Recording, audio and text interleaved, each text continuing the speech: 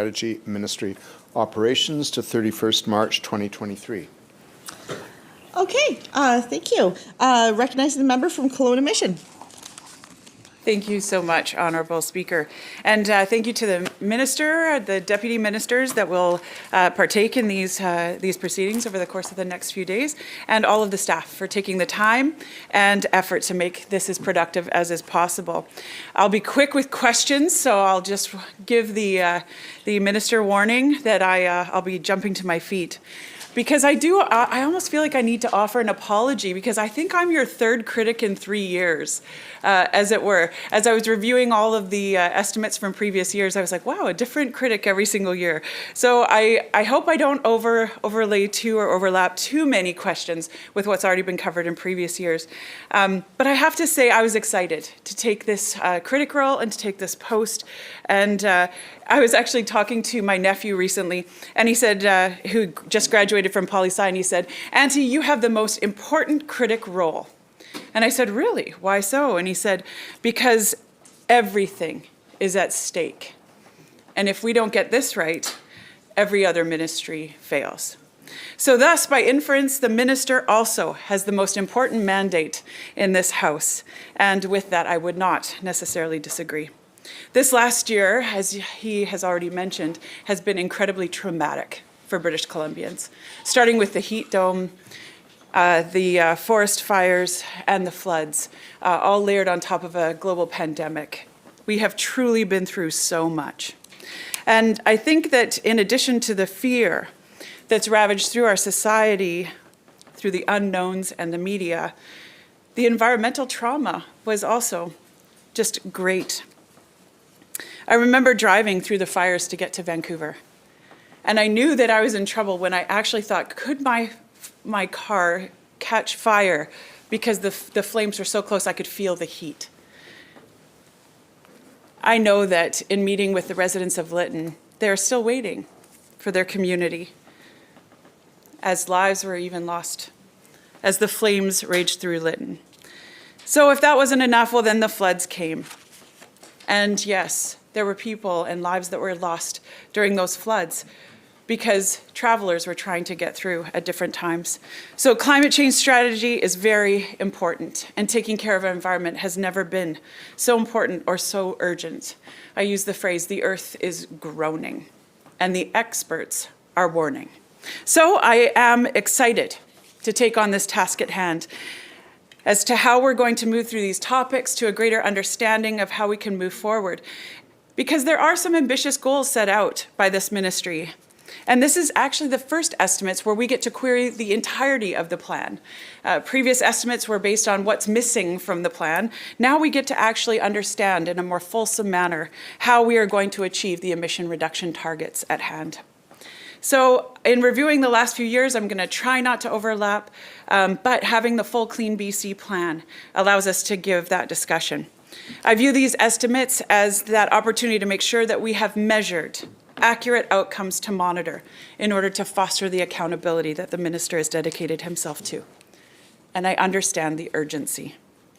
So it is with that passion for our environment, coupled with the urgency, that we should all feel that I approach these estimates today.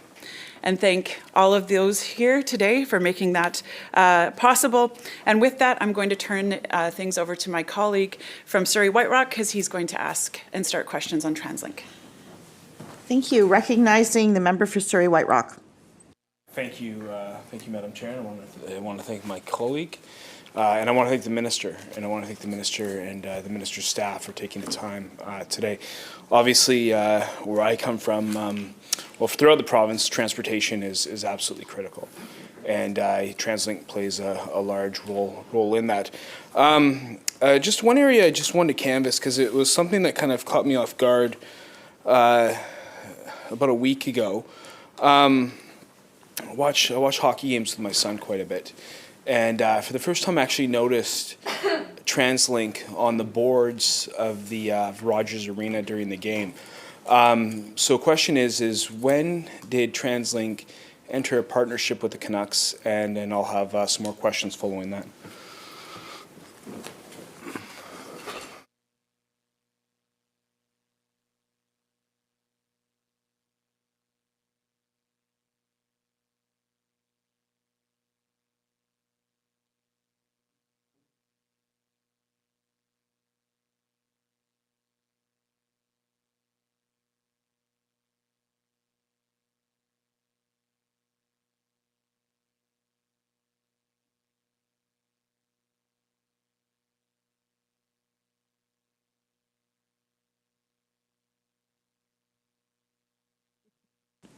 Minister.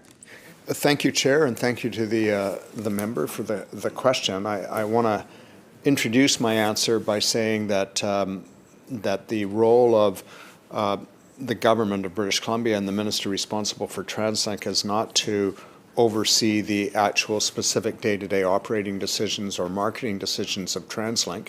And for that reason, we don't have the answer to the member's question, but we will text furiously and get the answer sometime over the course of the next couple. Member. I'm a bit surprised by that because that is, it looked like on April 19th, I think the game was against Ottawa, and they were actually the game day sponsor. So I know in previous life that sponsorship of the Canucks comes at a fairly substantial cost. Sometimes it's 6 figures, sometimes it's 7 figures. Sometimes it comes with tickets, sometimes it comes with luxury boxes, other perks. So I would think that at a time where we are seeing rates increase this summer, that the minister would have that information on hand if they are going to make such a large partnership with the Vancouver Canucks. And ultimately that is going to come at the cost of the people that are using the service. Was the minister aware that TransLink was partnering with the Canucks?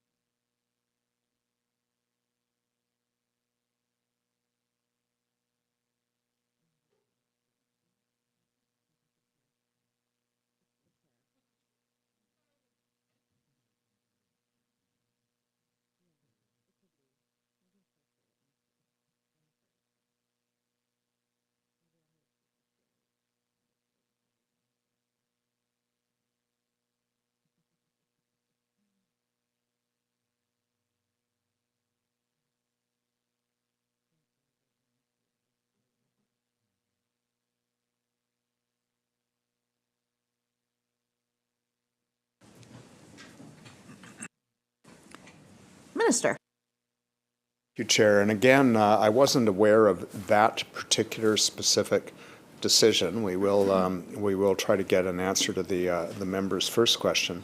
And while I've said and I maintain that we don't micromanage or go in and oversee the day-to-day operating decisions or marketing decisions of TransLink, we did meet with them and review with them their plans, their broad plans for a number of phases of marketing as part of bringing ridership back to levels that would no longer require the taxpayers of BC through the province of British Columbia to fund TransLink in place of the fare revenues that were foregone. At the low point of the pandemic, ridership was at 19%. I think TransLink's ridership is now at about 67%. They're projecting it to rise even further in the fall. That is one of the biggest and fastest recoveries in North America, and that is actually what is going to save those people who use the system from, the provincial government, as part of the Safe Restart funding, did cap fare increases after a year of no increases to 2.3%, which is less than TransLink might otherwise have done. So the province stepped in to keep fares as low as possible, and TransLink's efforts to rebuild ridership are going to be what is going to put our transit system back on a sound footing. Member. Thank you for that. And just to follow up on the question, if the minister's not aware of a partnership deal with the Vancouver Canucks, and that's something that actually surprises me and concerns me that the minister would not be aware of TransLink entering into that, when was the minister's deputy aware, and I hope the minister's deputy was aware, that they were embarking on a partnership with the Vancouver Canucks?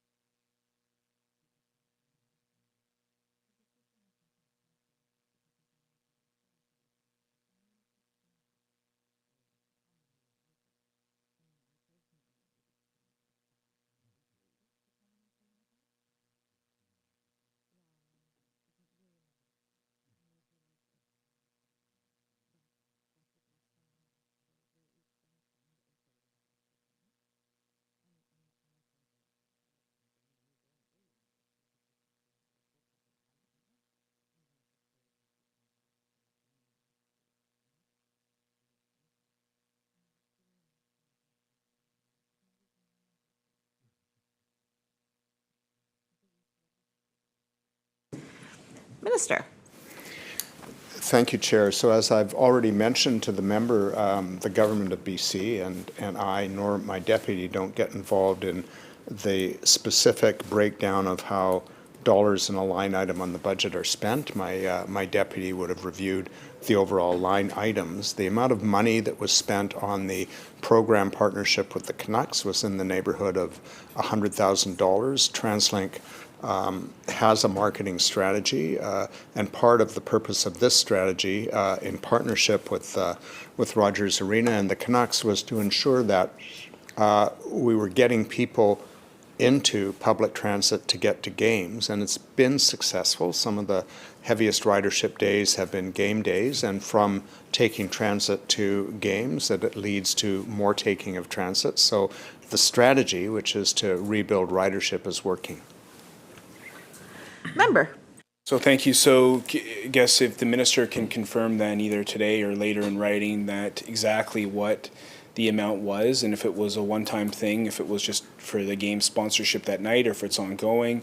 Also, too, if there's any tickets that were given with that, any tickets that were given to executives, any space and luxury boxes to any TransLink executives would be good to know as well, if we could get that in writing. Is that okay with the minister?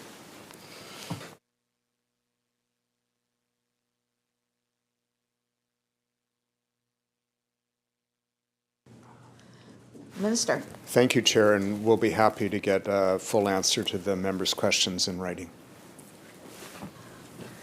Member. I appreciate that. Just on that, so a few questions. I'll start with the Broadway subway project. Can the minister provide an update on specifically that project, and specifically whether or not it is still on schedule? Because I noticed the monthly status reports on the project have ceased being posted since February, and if the minister can indicate why those posts have ceased since February, what the rationale for that is.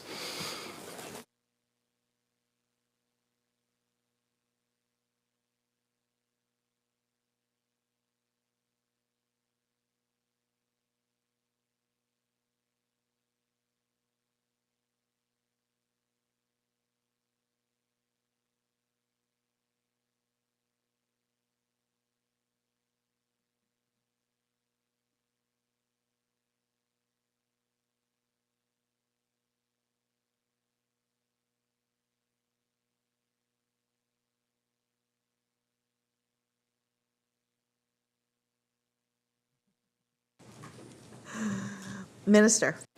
Thank you, Chair. I'm happy to report that the Broadway subway project is on schedule, and there is typically a 1-month delay for the monthly report, so the March report will be coming out next week, I believe. Member. Thank you, Madam Chair. I think during last year's estimates, the minister indicated that the total budget costs less than 4% would be attributable to the community benefits agreement. So assuming that the project is still on budget at $2.83 billion, that would work out to $113.2 million for a CBA. Can the minister confirm if that project budget is still $2.83 billion, and whether the CBA is still 4% of that budget?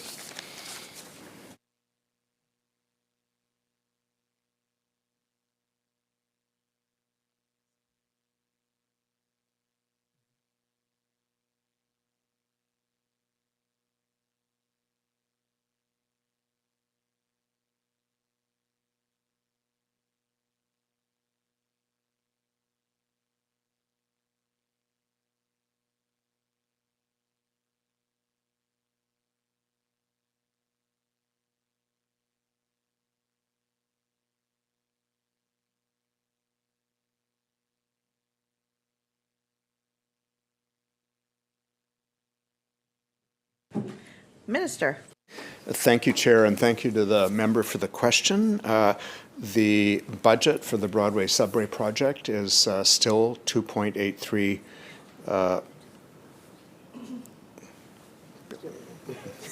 sorry, I'm losing my head with zeros here, 2.83 billion, and the amount of that attributable to the CBA is 93 million, which is less than 4% now. Member. Okay, just to confirm, so the number is still staying at 2.83 billion. The CBA is, sorry, I missed the last part. Is the minister saying that will be under the 4%? Minister. Thank you, Chair, and thank you to the member. Yes, I am. Recognizing the member for Vancouver Langara. Thank you, Madam Chair, and appreciate the member from Surrey White Rock inviting me to join this portion of this review. Just on the Broadway subway project, to the minister through you, Madam Chair, in terms of the actual benefits under CBAs for this particular project, could the minister provide an outline and an update on what the benefits have been relating to the Broadway subway project?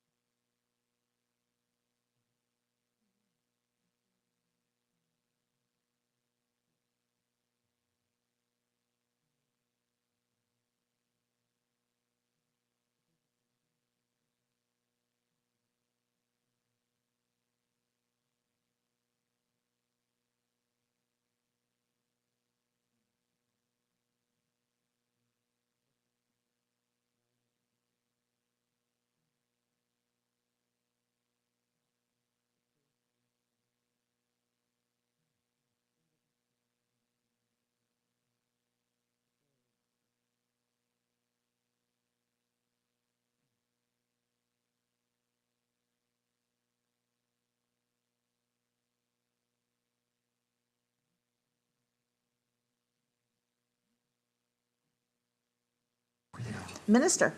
Thank you, Chair, and thank you to the member for the question. I think the fact is that it's the Ministry of Finance and the Minister of Finance that has primary responsibility for compiling and tracking and reviewing all of the benefits that flow from the community benefit agreements. So I'd invite the member to take that question to finance estimates. Member. Well, thank you, Madam Chair, to the Minister, and appreciate that in last year's estimates we had the opportunity to have a discussion relating to the Broadway subway project, and hopefully we'll have the opportunity, as the Minister suggests, to discuss that further with the Minister of Finance. And I know that with the multiple jurisdictions that the Minister and I had a discussion on last year, we have, of course, the Minister of Transportation and Infrastructure, the Minister of State for Infrastructure, as well as the Minister responsible for TransLink. With respect to this project and accountability for the Broadway subway project and completion on both timing and cost, whose responsibility does that lie on between the three ministers?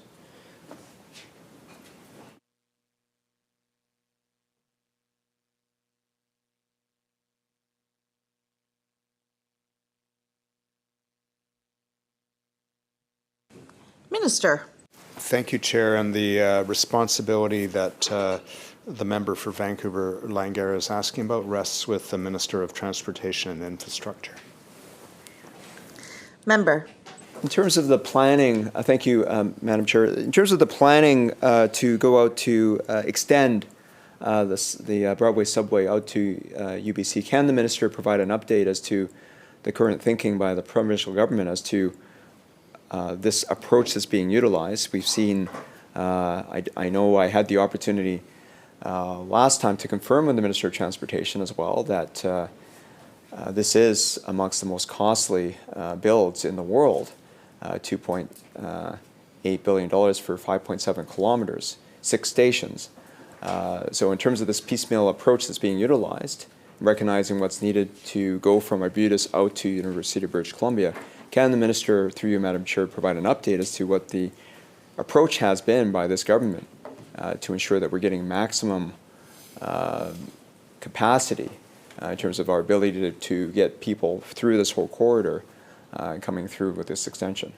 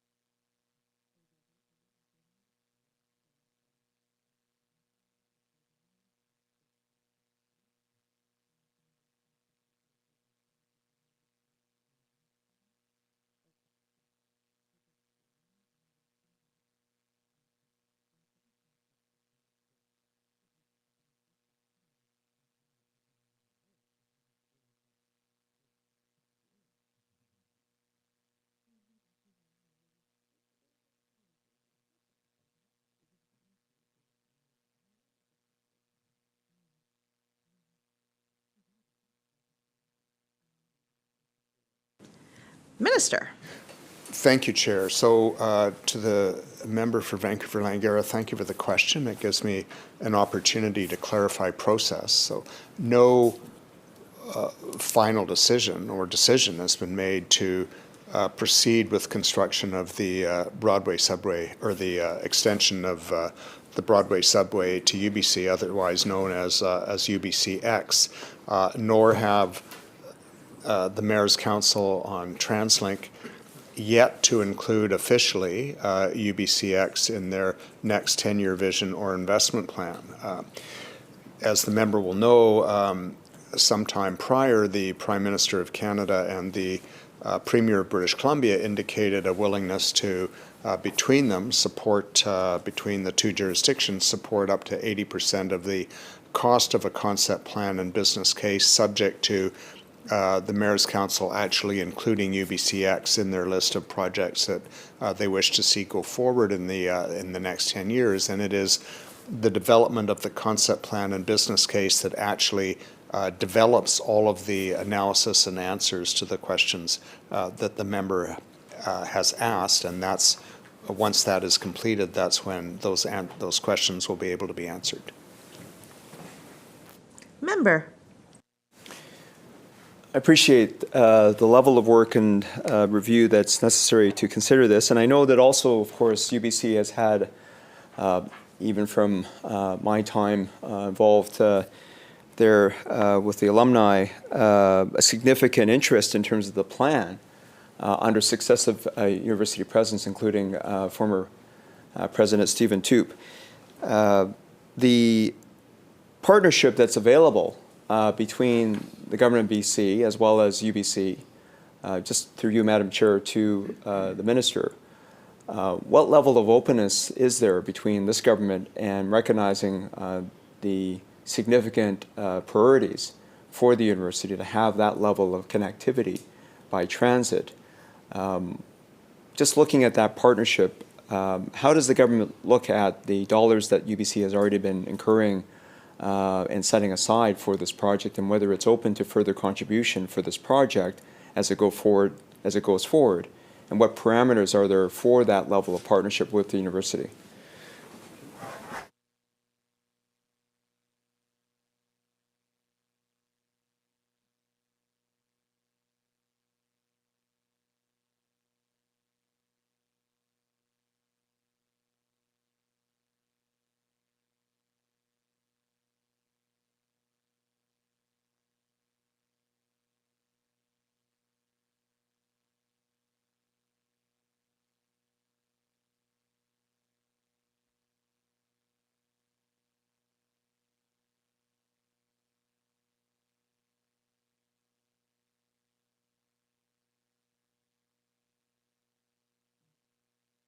Minister. Thank you, Chair. So I believe there is great benefit to the people of Vancouver, the region, and to the University of British Columbia community in UBCX. That is my opinion, because we have not yet done a business case to substantiate all the benefits that could flow from that. We recognize as a provincial government UBC and the UBC community's great interest in UBCX as a project, and we welcome that, and we appreciate it, and we're open to partnerships should the project be identified by the TransLink Mayor's Council as part of the next 10-year vision and part of their investment plan. And I think it is the concept plan and business case that would then be the place where the parameters for future partnership with UBC could be explored and outlined, and that's in fact what would happen. Member.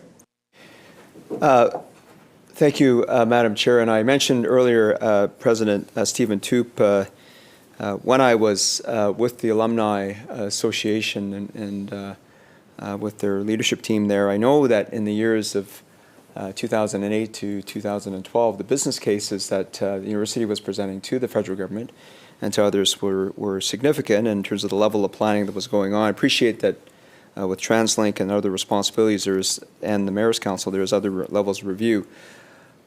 I wanted to ask through you, Madam Chair, to the Minister, though, in terms of Jericho lands, there's been significant interest as well from the Musqueam, Squamish, and Tsleil-Waututh First Nations in terms of looking at the routing of this potential line. Again, we know that they have significant plans in terms of housing that's going to be built on those lands. What is the current standing of the government as they look at that other partnership opportunity, which again would help to create that linkage between greater density of housing that's needed in the region with this transportation link?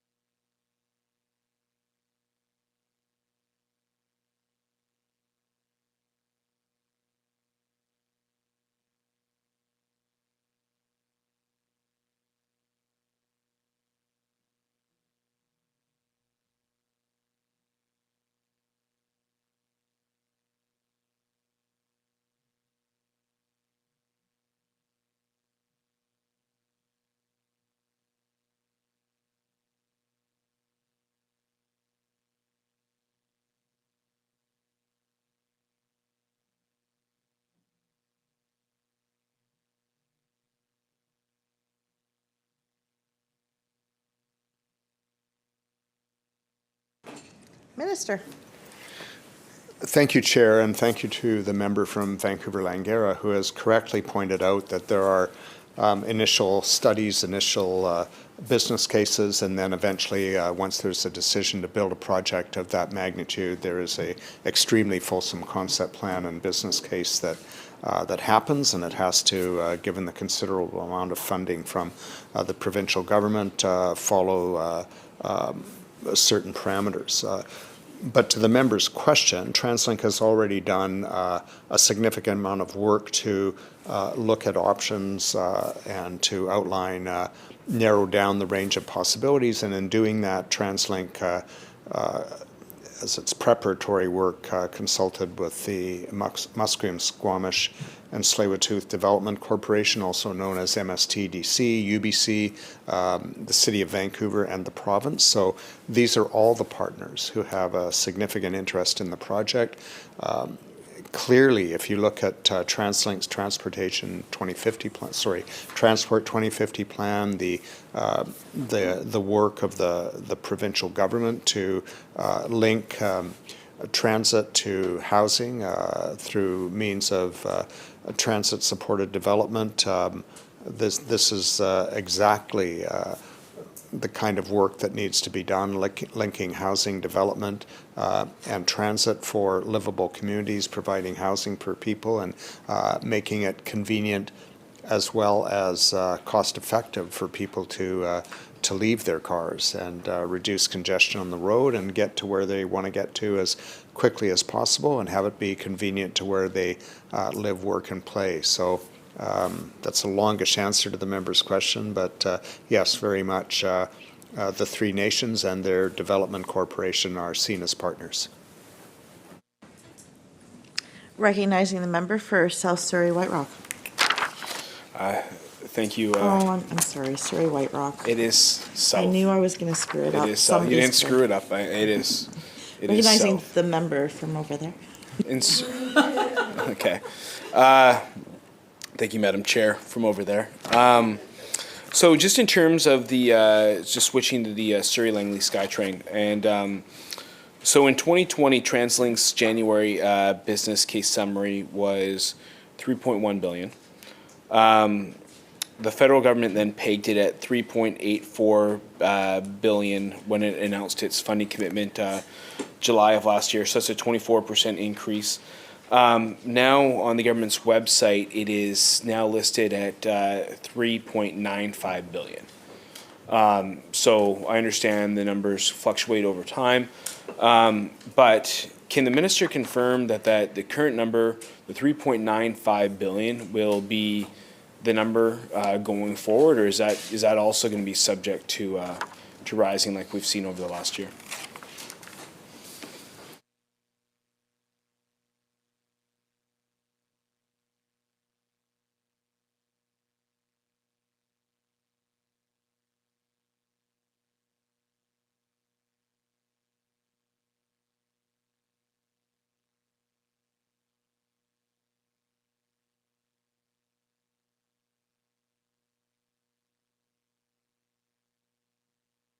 Minister. Thank you, Chair. The Transportation Investment Corporation is currently working through the business case, and it is that business case that will set the final number, but it is currently estimated to be 3.95, and that's what the aim is. Member. Thank you to the minister for that reply. Is the business case still expected to be tabled this fall? Is that still the anticipation?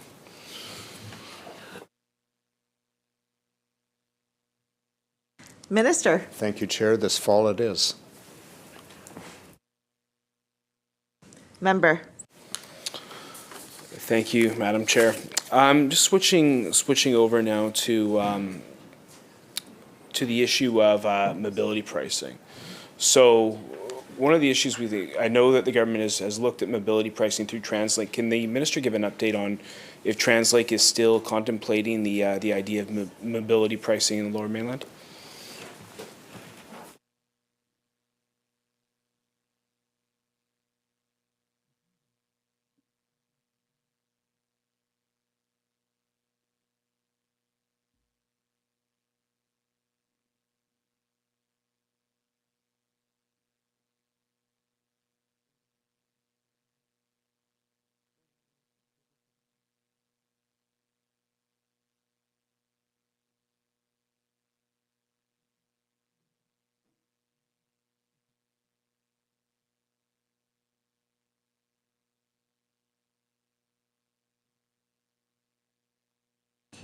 Minister.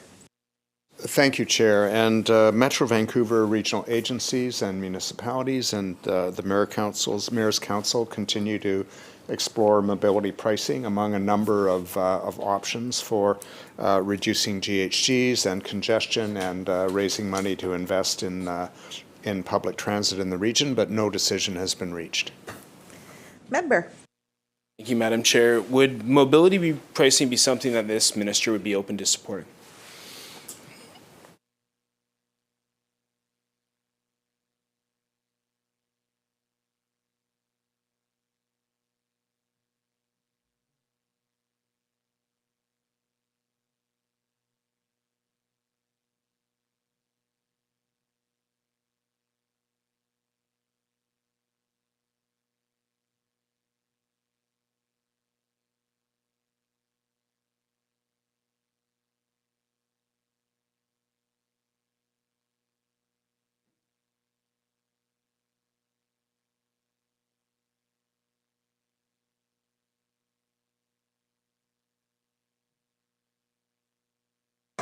Minister. Thank you, Chair. Thank you to the member for the question. I appreciate the member's interest. However, it's a hypothetical question. Until the mayors narrow down a range of options and they put it to us as a formal proposal, there's nothing to respond to. Member. Thank you, Madam Chair. But if they did propose mobility pricing, would the minister support it?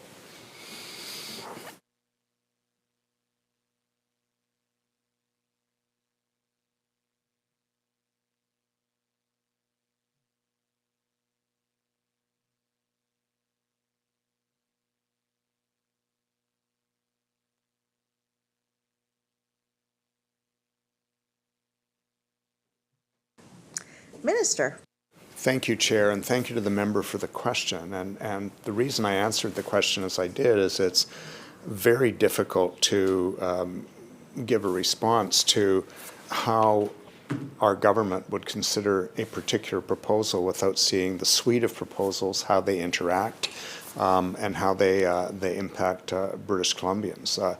So when the Mayor's Council makes a suite of proposals, that would be something that our government would consider, our Cabinet and Treasury Board would consider the suite of proposals and all of the implications, and we would do it as a government. Recognizing the member for Vancouver-Langara. Thank you, Madam Chair. I know that Minister of Transportation and Infrastructure yesterday in second reading and speaking to one of his bills talked a lot about the Canada Line. Obviously the density around the Canada Line, the mix around the Canada Line itself, and I know that the Minister here is very familiar with the area. His riding is just north of myself, Vancouver Fairview, and the Canada Line, of course, runs right through our two ridings out to Richmond and the airport. We know as well, of course, that there's significant density that's being created as the construction around the Oak Ridge Centre continues as a second town centre for the City of Vancouver, as well as other projects at 57th and Cambie, potential projects at 33rd and Cambie, including with the MST Corporation around Heatherlands. Through you, Madam Chair, to the Minister, what further assessment has his ministry done with TransLink in terms of the expansion and potential build-out of two additional stations at 33rd and 57th and Cambie, given the density that's being created with these projects?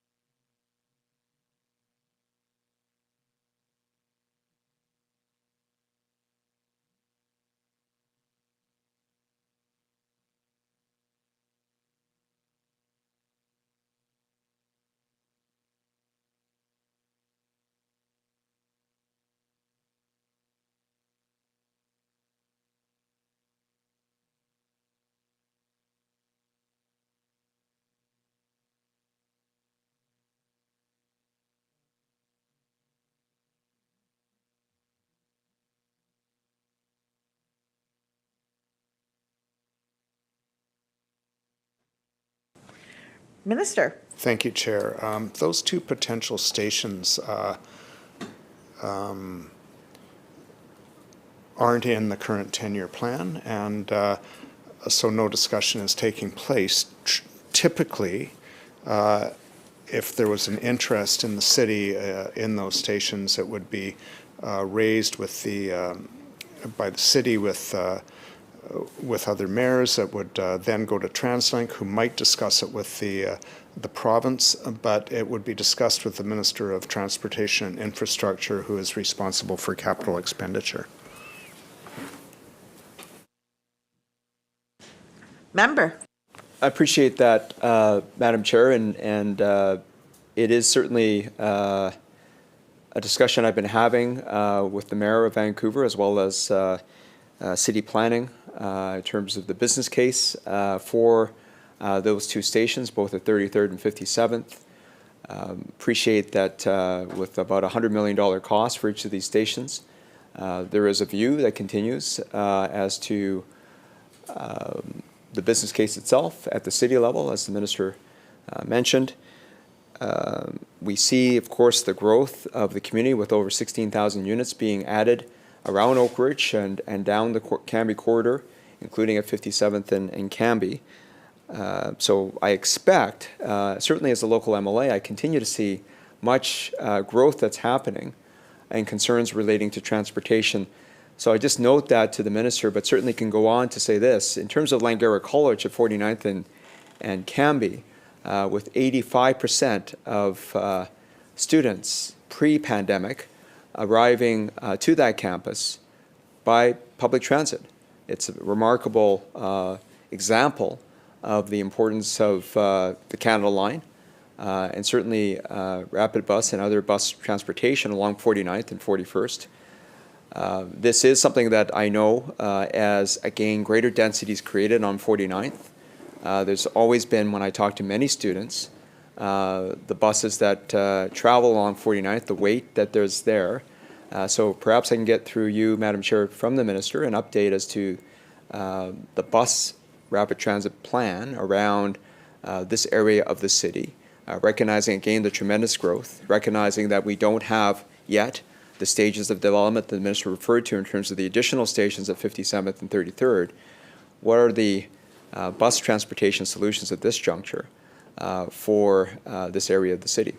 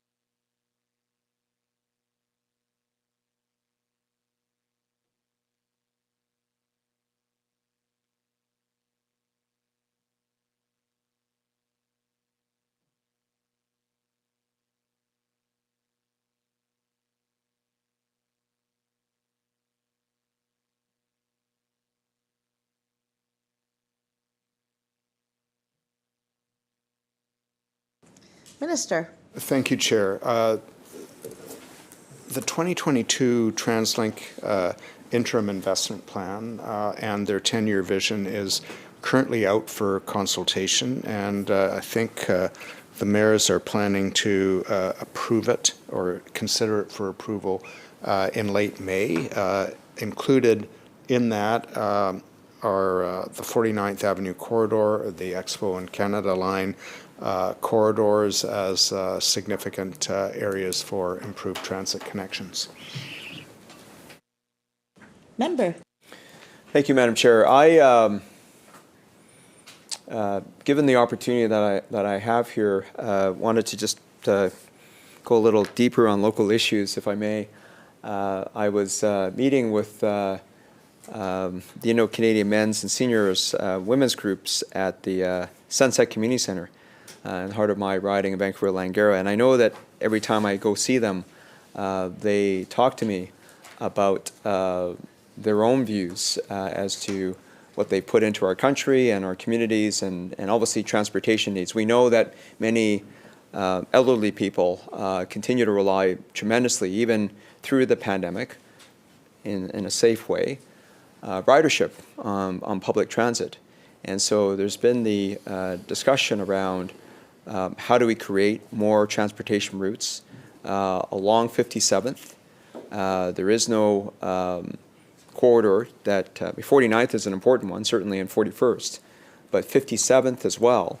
There is no not a lot of service at all in terms of what can be considered. Ask through you, Madam Chair, to the Minister in terms of what possibilities there might be. That would be the first question. The other question is in the Marple area. As we know on Oak Street, it is a fairly busy thoroughfare coming off the bridge, the Oak Street Bridge, going downtown, and we know that many buses travel that route, and also along Granville Street, same issue around connecting with Arthur Lang Bridge, but many of the buses do not stop. And so for many of these elderly people, and my riding of Vancouver-Langara, they have considerations around the bus service as well. So if I can get comment on both of those issues or challenges through you, Madam Chair, from the Minister, I would appreciate that.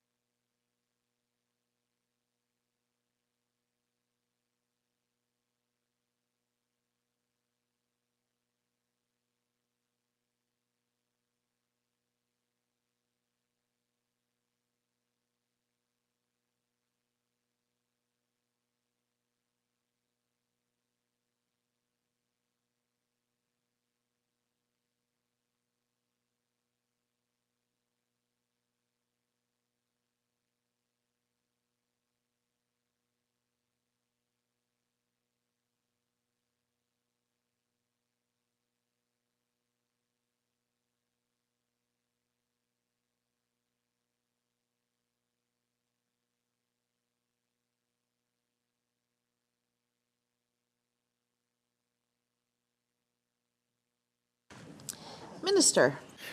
Thank you, Chair. And in the discussion guide that is currently out for consultation with respect to the 2022 investment plan, on page 15, it says, as part of convenient, reliable, safe, and comfortable transit, local bus service, more than doubling existing service investment to reduce wait times, length and span of service, weekends, late evenings, early mornings, reduce crowding, and introduce new service throughout the region, including First Nation Reserve and treaty lands. So that is a general approach for the investment plan. It isn't specific to the corridors that the member mentioned, but the provincial government's approach has been to let the mayors who are closest to the needs of the communities throughout the region discuss together what the priorities are and develop from that their vision and investment plan, and then for the province to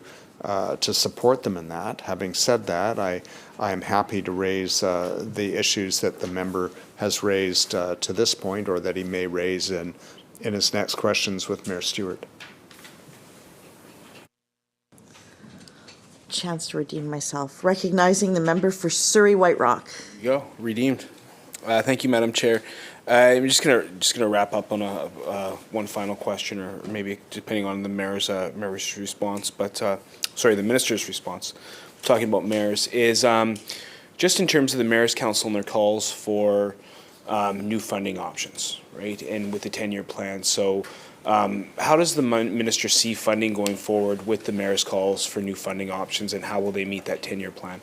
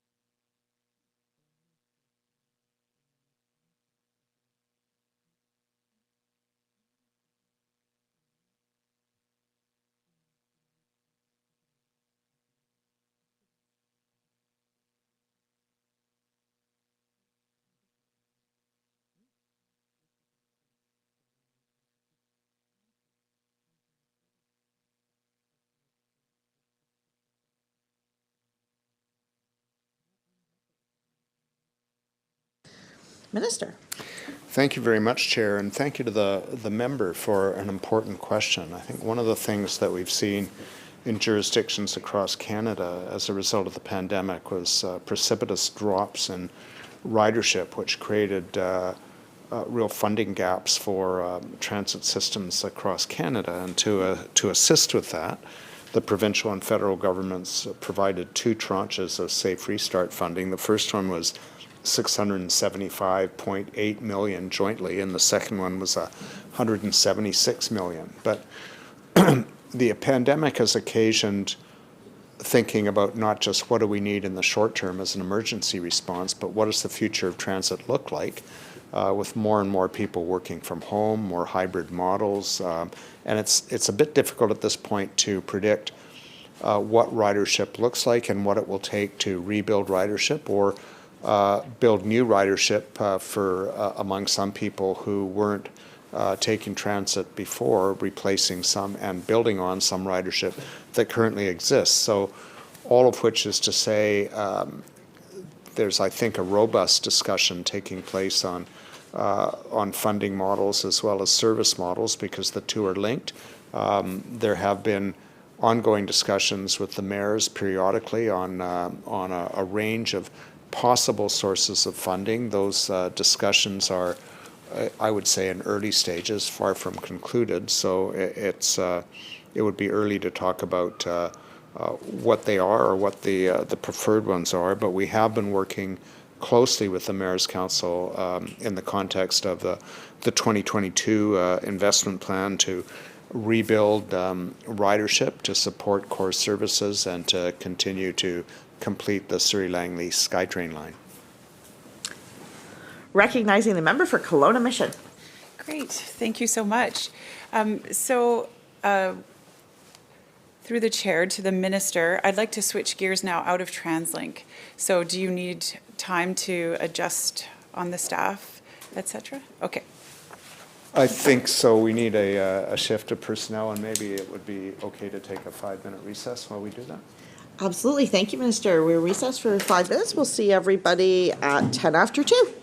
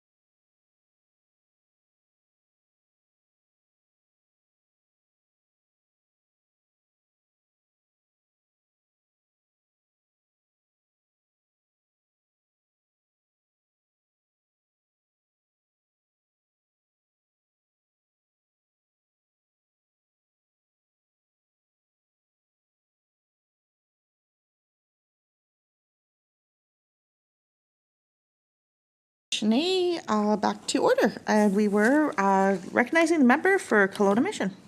Thank you so much, Madam Chair. So I'm going to start by going through a few of the documents.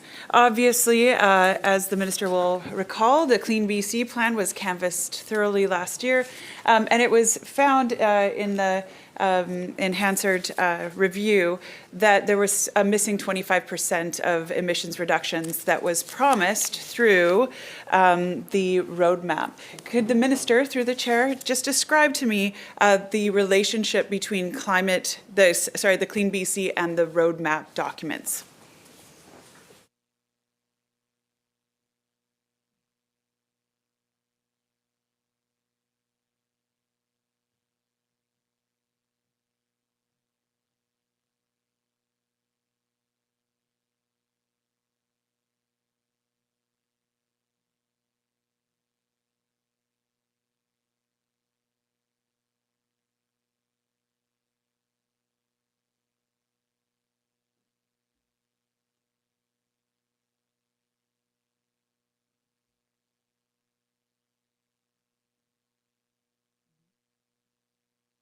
Minister. Thank you, Chair, and thank you to the member for the question. I look forward to lots of opportunity to canvass Clean BC and climate, because as the member for Kelowna Mission has correctly pointed out, it is a critical effort for everyone to deal with the threat of the climate emergency. The best way to look at the roadmap to 2030 is in two ways. It is fulfilling the commitment we made on the release of Clean BC to outline how we would get 100% of the way to our emission reduction targets for 2030, and also to think of it as Clean BC 2.0, where we take another iterative step in our climate plan. We take those areas in which we did well and in some cases exceeded our targets, and therefore adjust to be even more ambitious, as well as to fill some of the gaps that existed that contributed to the 25% of emissions that had yet to be outlined, and to try to take a comprehensive view across 8 different pathways of emission reduction, and outline a range of measures that we could take to meet our targets and to grow a cleaner, more diversified economy in British Columbia. Member. Thank you so much, Madam Chair. So my understanding, if I look at Roadmap 2030 as 2.0, Clean BC 2.0, am I to then understand that in the Clean BC document, the 18.9 was about 75% of where we needed to go with the GHG emission reductions? Is that correct?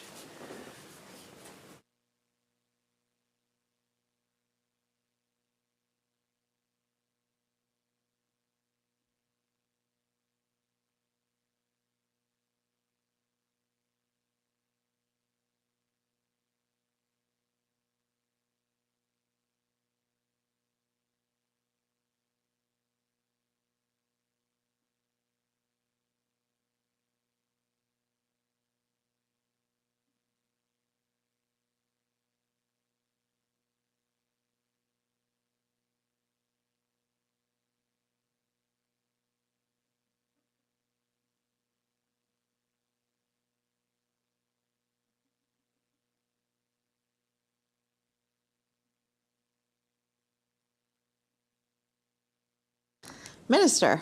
That's correct. Member. Great, thank you very much. Through the chair to the minister, if the minister could just describe then the accountability report of 2021 that was introduced in between these two documents. How does that relate to the Clean BC original and the roadmap of 2.0?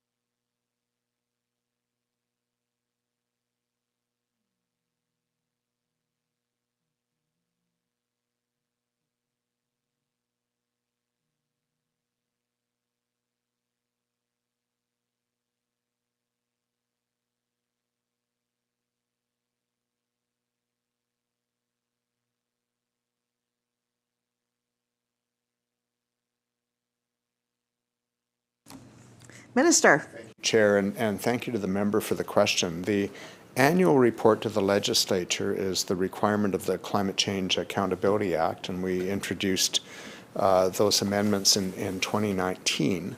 And the purpose of the report, so the relationship to the Clean BC plan is the overall plan is the full range of measures over a period of time to reach our 2030 target and to lay the groundwork for our 2040 target and ultimately our 2050 target, which we have not yet amended legislation but stated publicly the goal is to be net zero by 2050.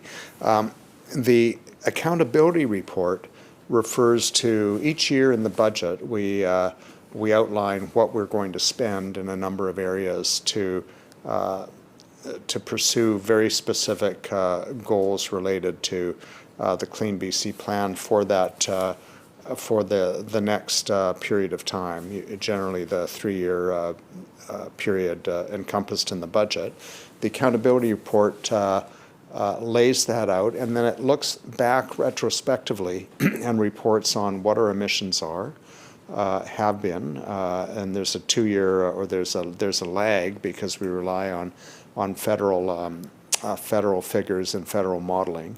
But we show, did we spend money on what we were planning to do, on the measurables we have, how did we do compared to what we said we would do, and what's happening with our emissions. Understanding that the federal government's modeling process changes a bit every year and changes what it measures, so it's a bit of a moving target, but having said that, we know what our overall goal is and we're trying to drive toward it. The accountability report also includes commentary from the Climate Solutions Council, which is mandated to independently give us advice on the plan. They gave important advice in the creation of the roadmap to 2030, as well as advice on how to implement it and to include their commentary on how they think we're doing, what they think we should do, and what they think about what we've done. So those are the elements that go into the accountability report. Member. Thank you so much, Madam Chair, and thank you to the Minister for that answer. Understanding that the federal government does give almost rear view, let's call them, emissions numbers. They're coming in about 2 years late. How then does that, you said it's somewhat adjusted by the federal government on a year-to-year basis. How does that factor into to the numbers that are calculated and to the accountability report in and of itself?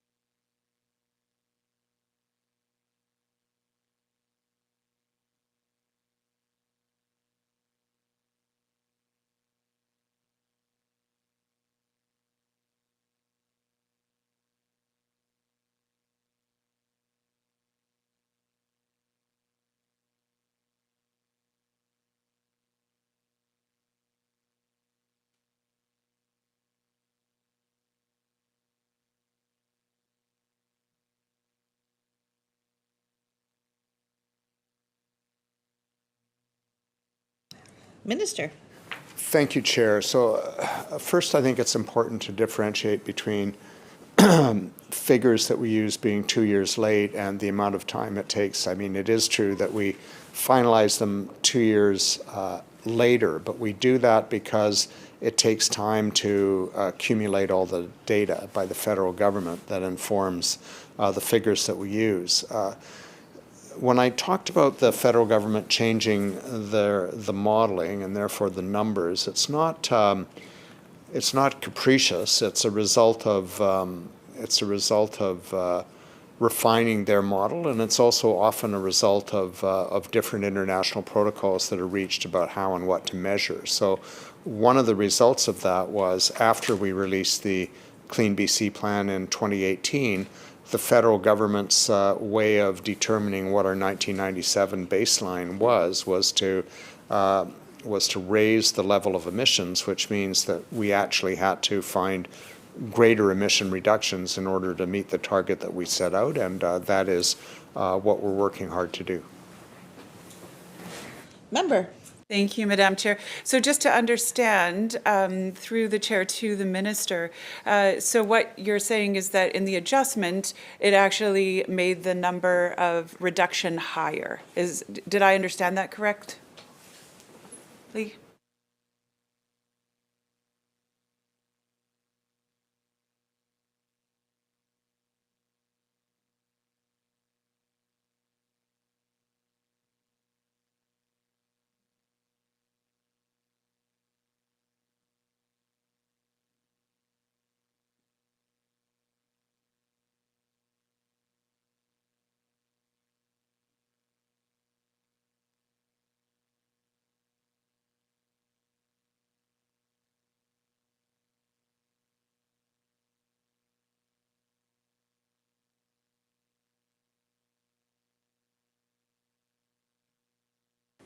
Minister.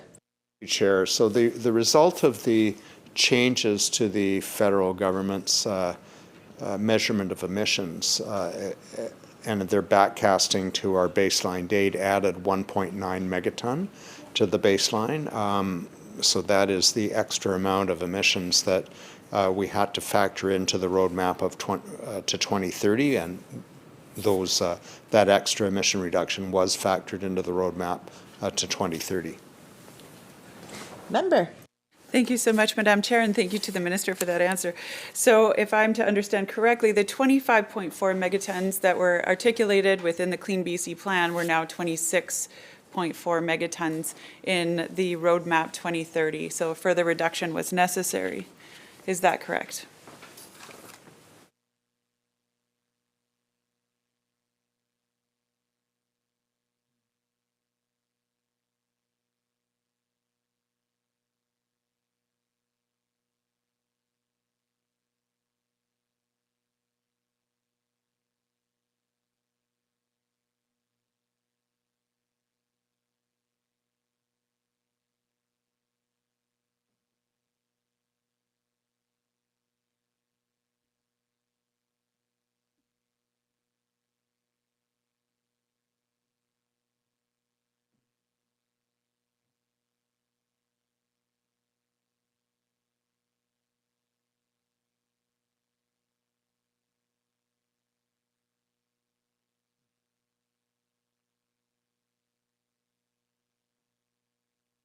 Minister. Chair, the member is close. The figure that's contained in the roadmap to 23 is 26.7 megatons. Member. Thank you so much, Madam Chair. Through the Chair to the Minister, how confident is the Minister then on the numbers that are being given in these three documents?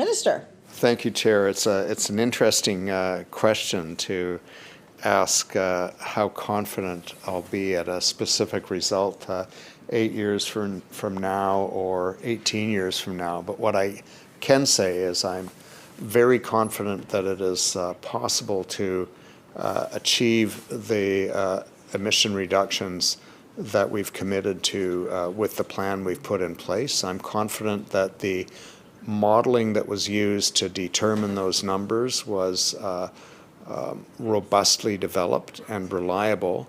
But of course, there are many variables that occur in any given year for all kinds of reasons, and there's a lot of changes in behavior and technology and community design that will all contribute to these things, and those all involve in many ways Herculean effort, not just in British Columbia but around the world, involving the business community, municipal and local governments, provincial, subnational governments, and national governments, as well as the behavior of people, which you can incent. It's, as we've seen, there's a limit to what can be dictated. But that is precisely why we have the annual accountability report, so that we can see for ourselves what is working better than we thought, what isn't working as well as we thought, where we need to recalibrate, where we need to put extra effort, how we need to correct our course. We said when it was released that the roadmap to 2030 was designed to be an iterative plan, one that we would constantly review and change and improve. And of course, the other important part of the accountability report is so that everybody else can see what we're seeing. And we're hiding nothing. Member. Thank you so much, Madam Chair. I want to start off by commending the Minister in terms of the iterative process, and because this is emerging as an urgent matter, I believe that there is more attention being paid, there is more heed being paid, there are more dollars going towards it. Behaviors are being incented, but are also changing because it's just the right thing to do. And there are going to be more innovative measures, more new tech coming that will allow us to continue that iterative process. So I commend the Minister, and I do acknowledge that although, you know, as wise and brilliant as he is, yes, he is limited to his predictive measures in some capacity, as we none can tell the future. Having said that, one of the aspects of accountability is actually making sure that our numbers are quantifiable and that they make sense. I'm going to draw the Minister to his attention to just one such number, and we've already talked about the differences in the overall emissions, how they went from 25.4 to 26.7. But I want to draw the Minister's attention to one other number, because this is not a decades-long exercise. This was actually, a document that came out in 2019, a document that came out in 2021, and another one that came out in 2021. But in there, the actual overall emissions reduction for Clean BC was to be 18.9 in the original document. In the accountability document was 12.2 megatons, and in the roadmap has now been reduced to 10.5. So a document only 2 years later was actually speculated to reduce the overall emissions by 18.9, has now been speculated to reduce the emissions by 10.5. I'd love to understand the difference in that number, as it's quite significant.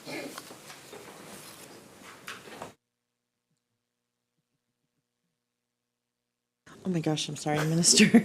Thank you, Chair. Just to clarify, I'm assuming the member is referring to the number that was attributed to the suite of measures in the 2018 plan? Member. Thank you, Chair. Yes, that is correct. Understanding that the roadmap is the 2.0 that actually articulates in the appendices that the Clean BC Phase 1 is now 10.5 megaton reduction, whereas the original Clean BC was actually articulated at 18.9 megatons of reduction.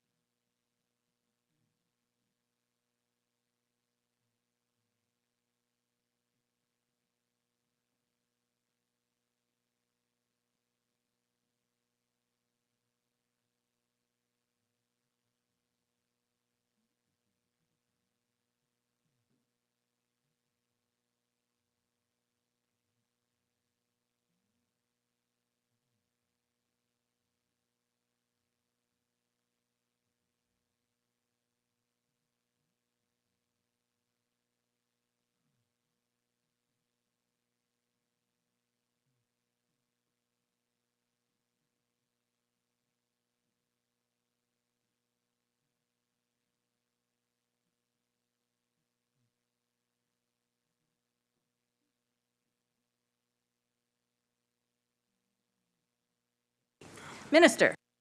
Chair, and thank you to the member for the question. I appreciate your patience. It's a complicated answer, and it's one of the reasons, in fact, that we do have the accountability report and try to update things annually.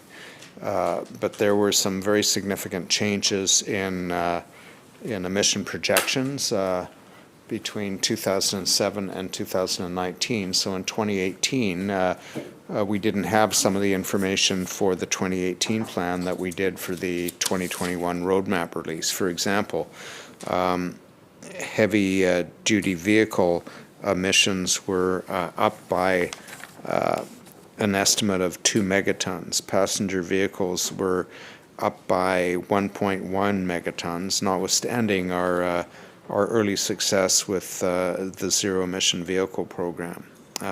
Waste went down, which is good news, by 1.4 megatons.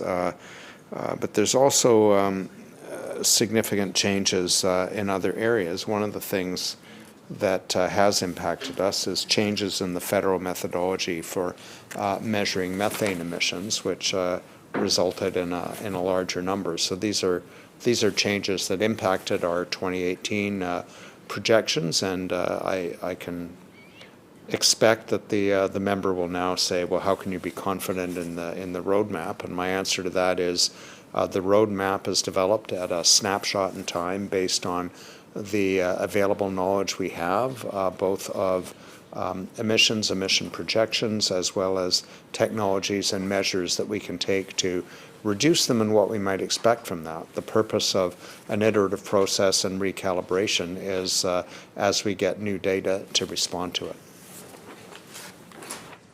Member. Thank you so much, Madam Chair. Welcome. So understanding that we had methodology that shifted in 2019, as well as significant changes between 2007 and 2019, as well as some emission increases during that time. So let's take that for face value and say that explains the difference between the 2018-19 document and the 2021 document. How then do we go on to explain the two 2021 documents? We've got the accountability report that has the number at 12.2, and then we have the roadmap, which is 10.5, and these two documents were delivered within 4 months of each other. Through the chair to the minister, could the minister please explain the differences between those two numbers and why it would have such a grand effect in 4 months?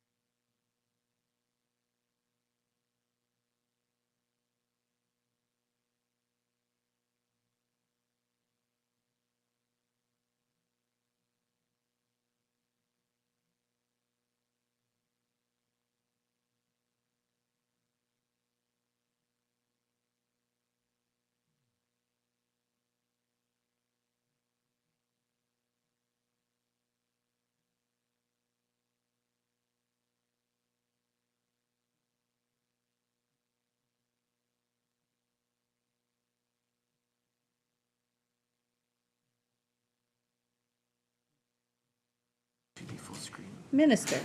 Thank you very much, Chair, and thank you to the member for the question. Without going into every single sector or source of emissions, the high-level answer is that that both projections are based on independent modeling, several sets of independent modeling, in fact, for emissions from energy use, emissions from industry, and these are constantly changing. So we take these independent models and then use them to inform the figure that we release. In the case of the accountability report, it is a report up to March 31st. So even though it's released in the fall, it's dealing with figures and models up to March 31st. The roadmap then went on to take more data, more information, more independent modeling, and that was used up to the point of production of that particular document. Member. Thank you, Chair.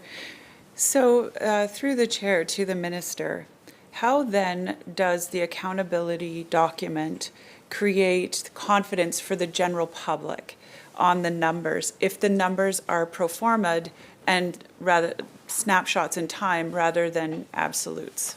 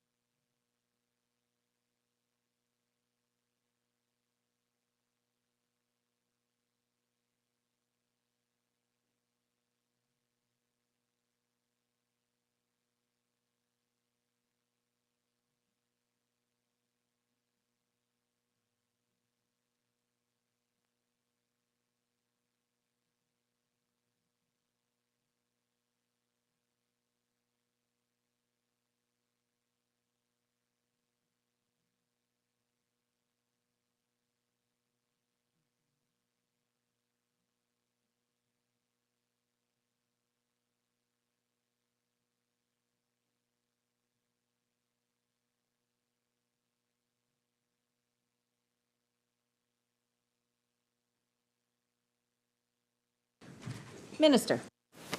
Thank you very much, Chair. I think it's important to recognize that achieving the numbers that are used in the reports, not just in British Columbia but in Canada and internationally, is very complex. The measuring is very complex. It relies on the compiling of a number of sources of independent modeling, and as I've mentioned earlier, international agreements sometimes change the parameters of how and what we measure. But I think where British Columbians can take faith and confidence is the fact, A, that we have an annual accountability report, that included in that annual accountability report is a near-term outlook. For instance, the most recent accountability report includes a near-term outlook to 2023 that is, and future ones will be updated. And then finally, that what we set out as our plan are a range of measures across a society, community, buildings and homes, industry, transportation, to impact emissions in these sectors and drive them down. And our accountability report says what we are going to do, what we're spending, what we expect that to achieve, and then looks back and says what was the result in the previous, well, not the previous year because of the time it takes to collect data, but up to the most recent data we have. Member. Thank you, Chair. And I do appreciate that the actual attempt at trying to get information out and making sure that at least we've started the process. And while we've acknowledged here that it's going to be an iterative process, I am attempting to ascertain the baseline. What should we be measuring according to? And at this point, I've got the 2030 document. We don't have anything past that to get us to the 2050 net zero. But at this point, if I'm looking at the 2030 roadmap, should I be measuring the next accountability report against these figures?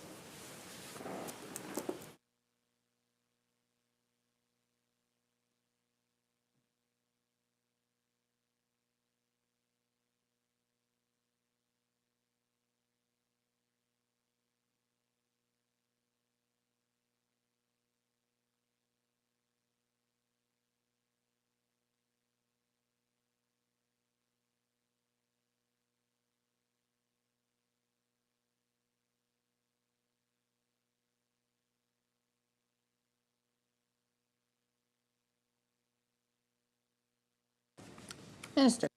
Thank you, Chair, and thank you to the member. The short answer to your question is yes. You should use the 2030 roadmap as the basis of comparison. The last year's accountability report obviously didn't include that because it hadn't been released yet. But you can also look at each accountability report for how that may update our Clean BC plans. For example, as I've said, it's meant to be an iterative process. So, for example, the roadmap significantly upped our ambition on zero-emission vehicles. We've changed our 2025 target because we're already in 2022, 33% ahead of our 2025 target. I mean, and if we could claim to have been as successful in every single measure in Clean BC, we'd be all celebrating here today, but we know that it's not that easy, and we have lots of work to do. Member. Thank you, Chair. And agreeing with the Minister, yes, I do agree that there's lots of work to do, but I also agree that we should be celebrating all the successes that we can have collectively, because that's how we're going to actually achieve these ambitious targets, is through the collective. So using the 2030 document as our roadmap, how then will we articulate any emissions increases? Noting that the Minister had talked about heavy-duty emissions were up by almost 2 megatons by 2019. How will future emissions increases be articulated within the 2030 document and then articulated in the accountability reports?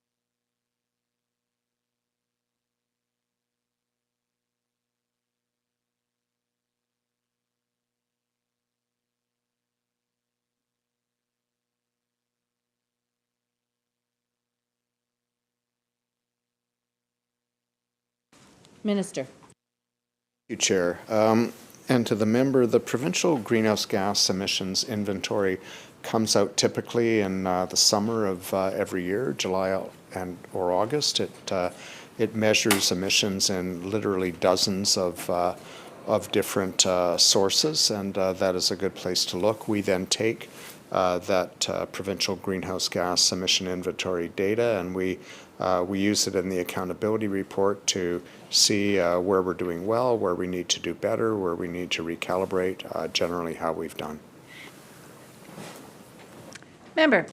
Thank you, Chair. So if I understand the minister correctly, these numbers will be changing on an ongoing basis as every report comes out?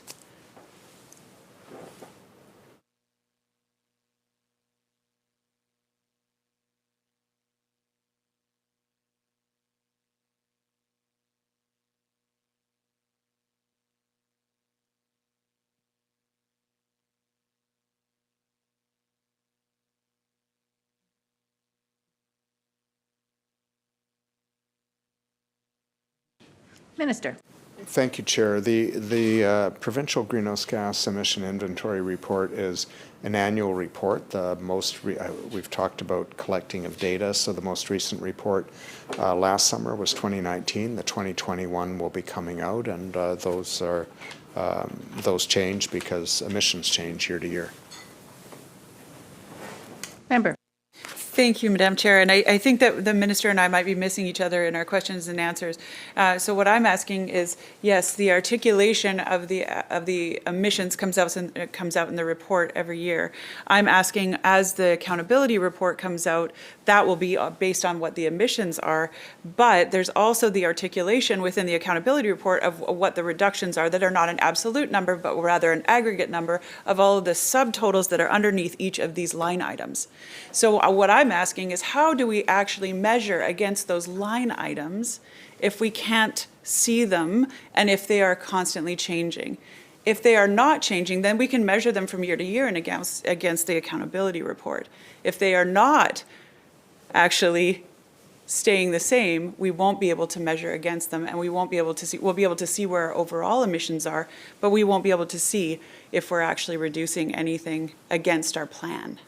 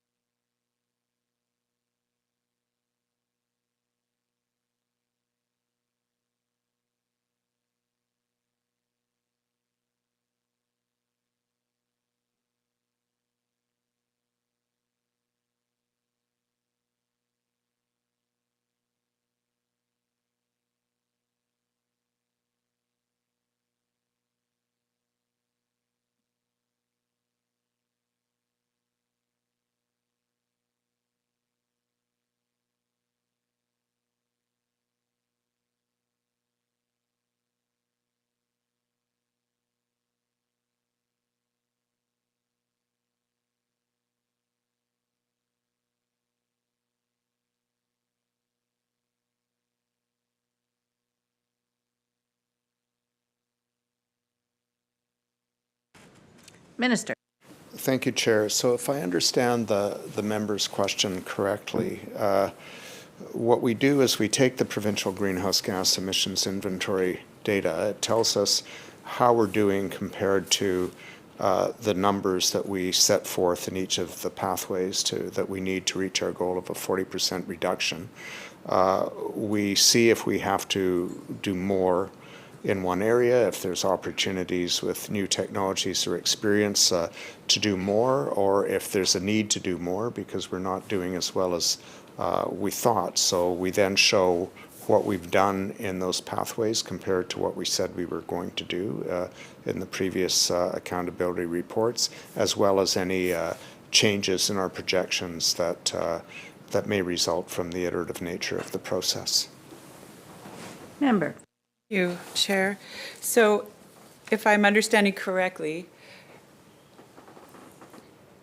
if our emissions go up, we should see a gap articulated within the accountability report that would say we are now going to miss our target of 2030 by this many megatons. Is that correct?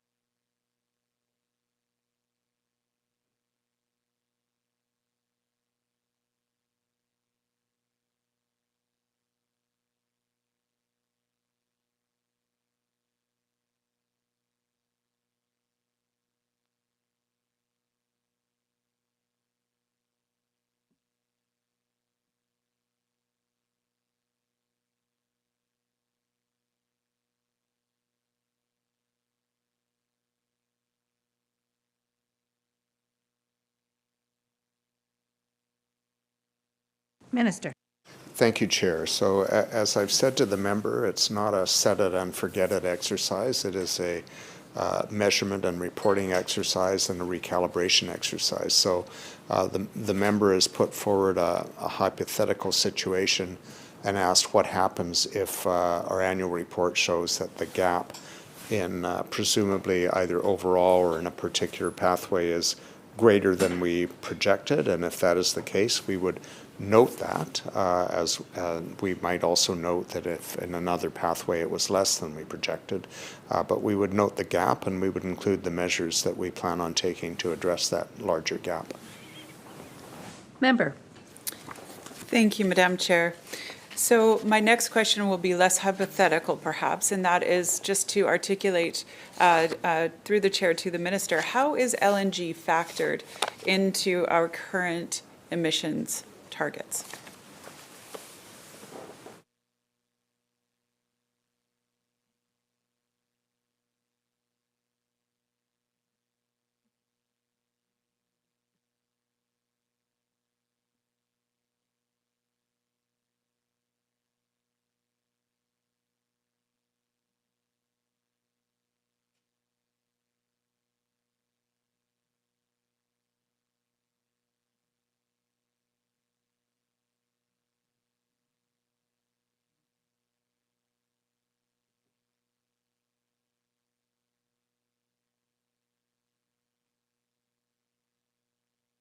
Minister.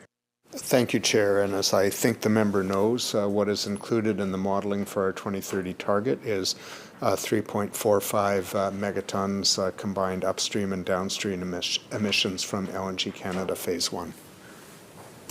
Member. Thank you, Chair. And so how would future LNG projects be factored in?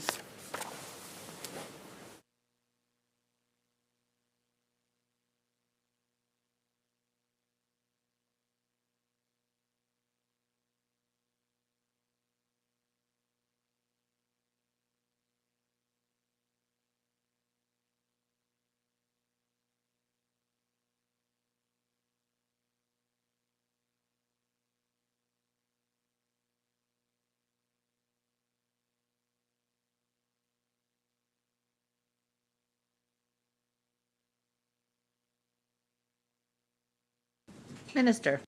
Thank you, Chair. And whether it's LNG or any other major industrial project, our roadmap to 2030 includes our plan for all new heavy industrial proposals to demonstrate how they fit within our targets for 2030, as well as have a net zero plan for 2050. Member. Thank you, Chair. So just to make sure that I have the question and answer correct, all new infrastructure projects, including projects that are already underway, like LNG Canada, that has trains 3 and 4 that are not yet in the current phase, all of those will have to be done to Roadmap 2030 and Net Zero 2050. Is that correct?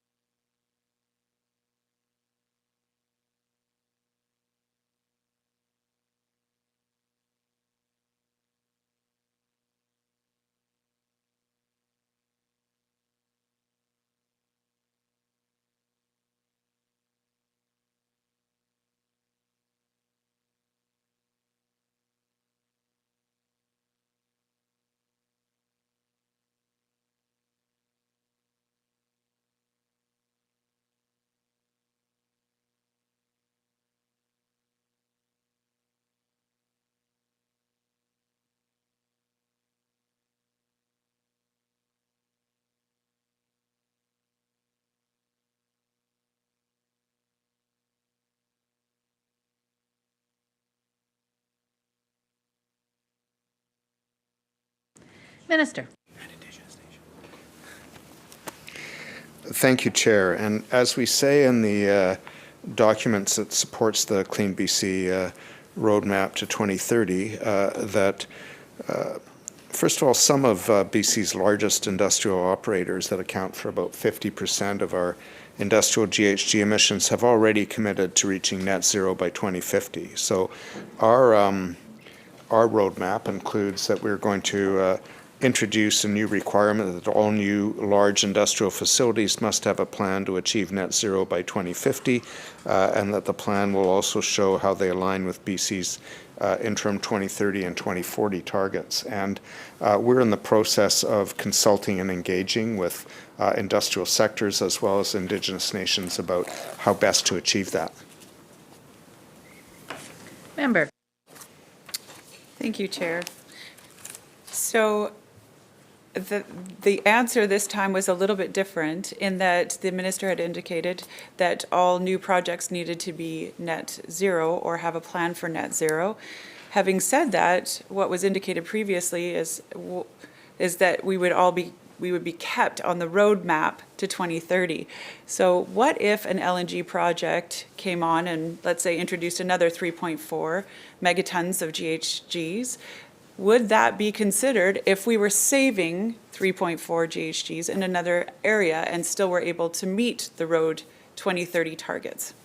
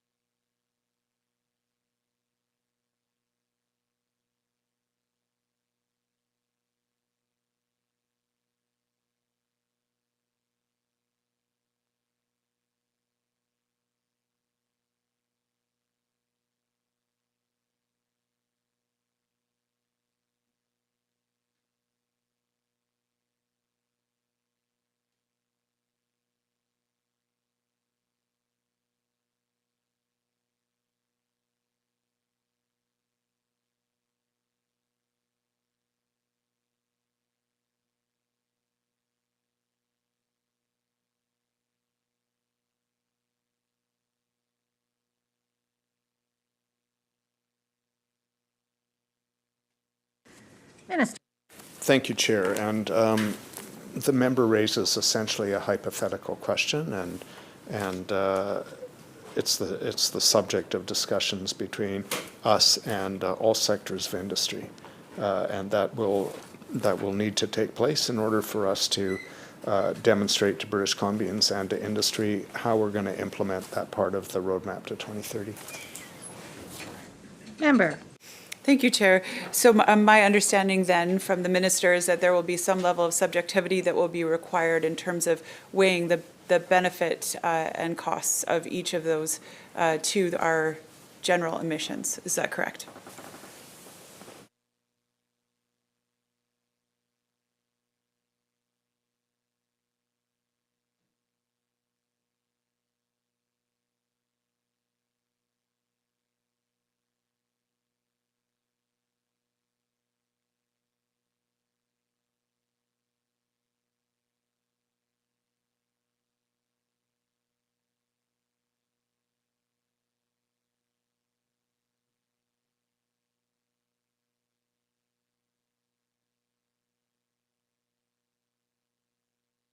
Minister. Thank you, Chair. I think I understand the member's question, but no, the end result won't be subjective. I think subjectivity isn't a good criteria for measuring absolute emission reductions. Member. Thank you, Chair. So then to the minister, what would be the criteria then be?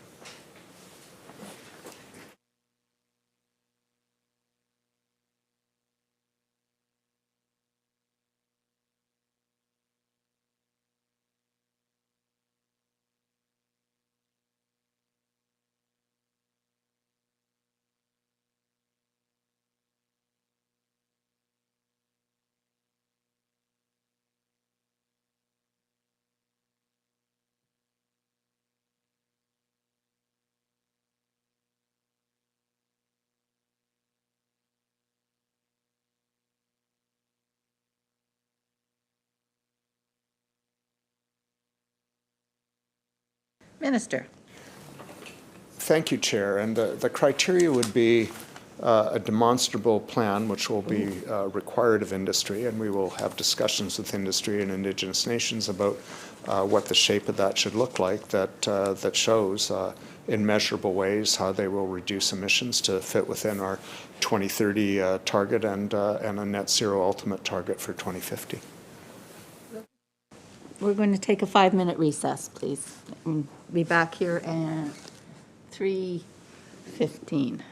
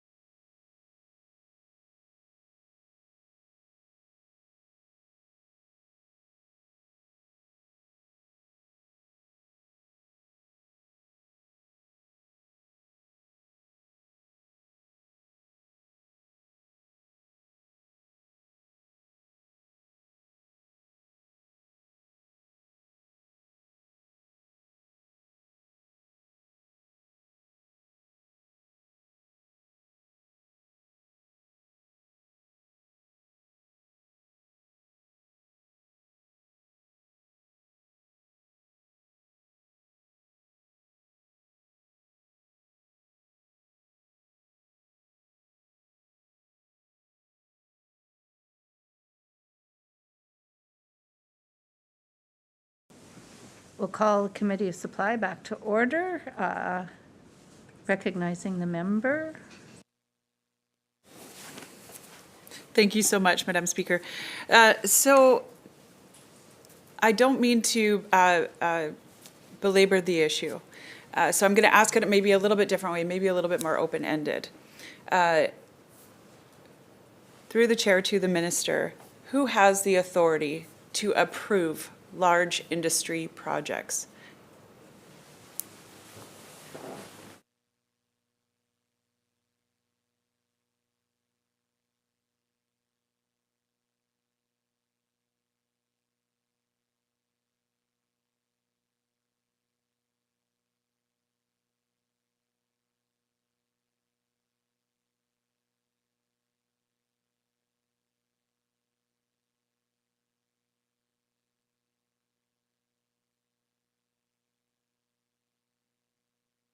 Minister.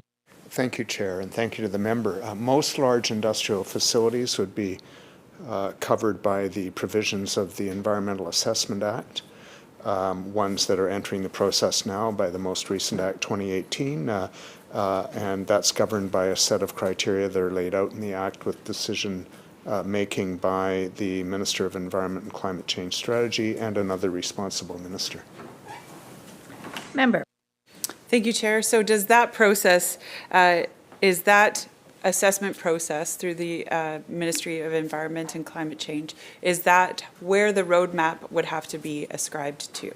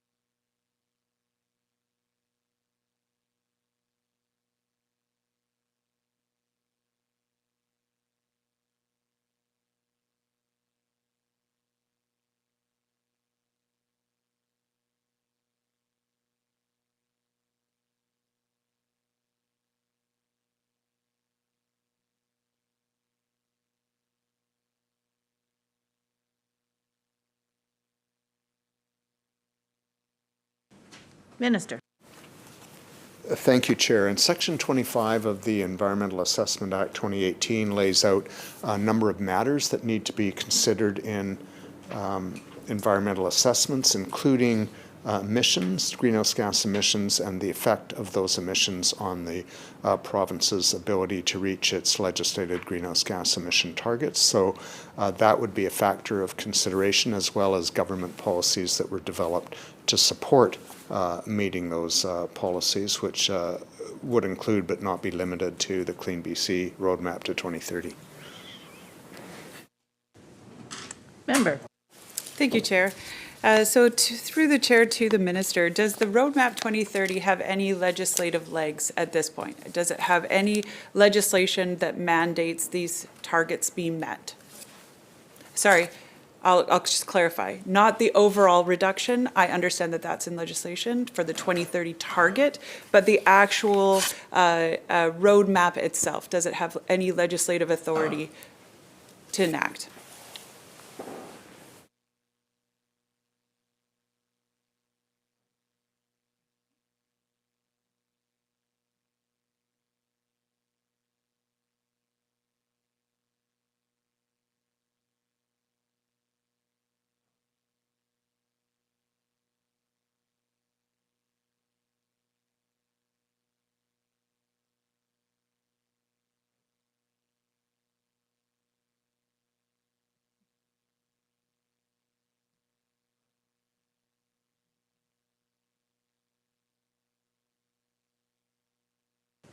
Minister. Thank you, Chair. Well, insofar as the, and the member got this, obviously, that the Greenhouse Gas Emissions Reduction Control Act, which has now been renamed the Climate Change Accountability Act, contains the target. So Clean BC's legislative legs exist only insofar as they're designed to, it is designed to meet those targets, but there are numerous regulations and pieces of legislation that support the roadmap to 2030 and Clean BC and the meeting of our legislated emission reduction targets. I'll give, for example, the Zero Emission Vehicles Act. Member. Okay, thank you, Chair. So far, has any of the legislation associated with these documents shown a reduction in overall emissions to date? Which would be, I guess, the last, which would be 2019 would be the last emissions that we have.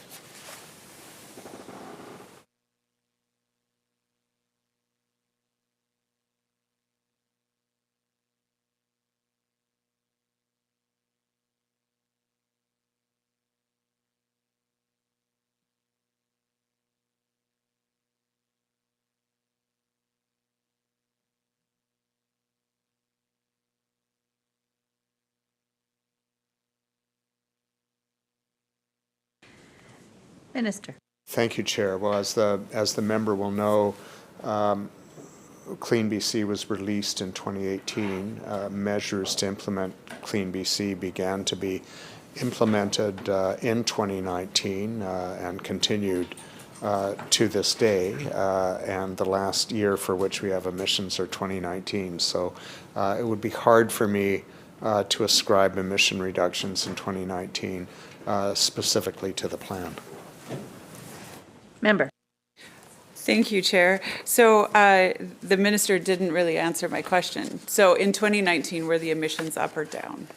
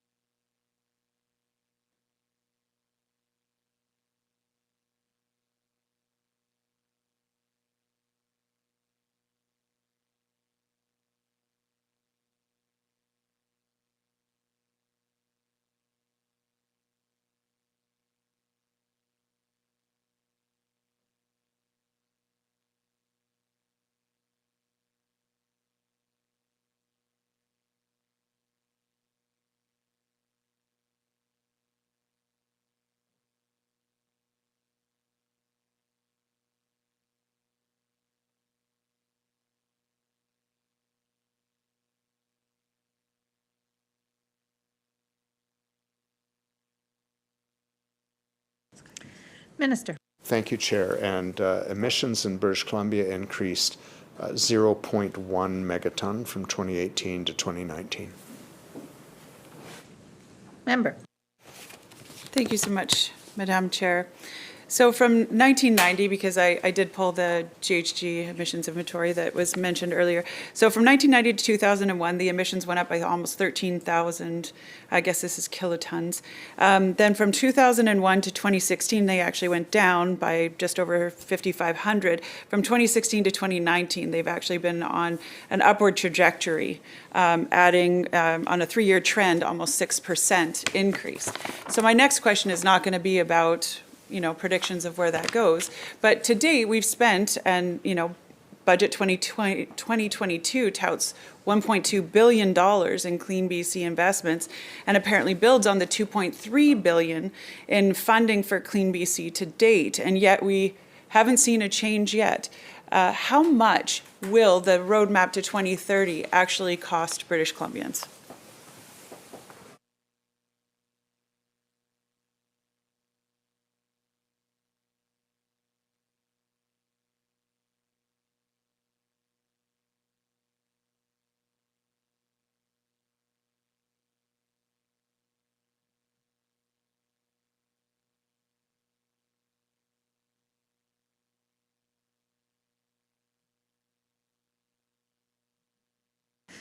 Minister.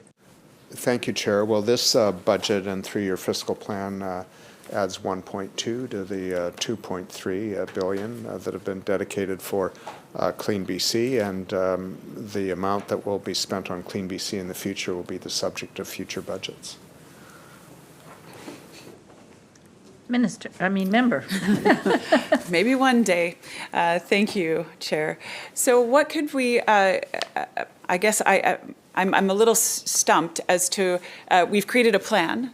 We've had 8 months with the plan now, the official, fulsome, full plan. We've had actually 3.5, almost 4 years with the previous document.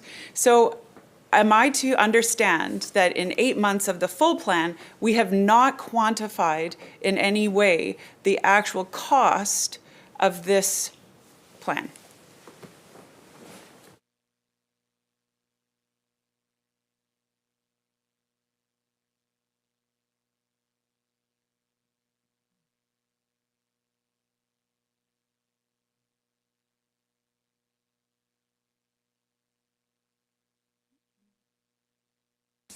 Minister. Thank you, Chair. No, that's incorrect. We quantify it as part of the budget process, which is the only way we can practically do it in our system. So it's been contained in budgets since the 2019-2020 budget, and each year we introduce a new budget with new expenditure lines for Clean BC. Member. Thank you so much, Chair. So again, there is no budget associated with the 2030 plan that extends beyond the 3-year budget that is in 2022.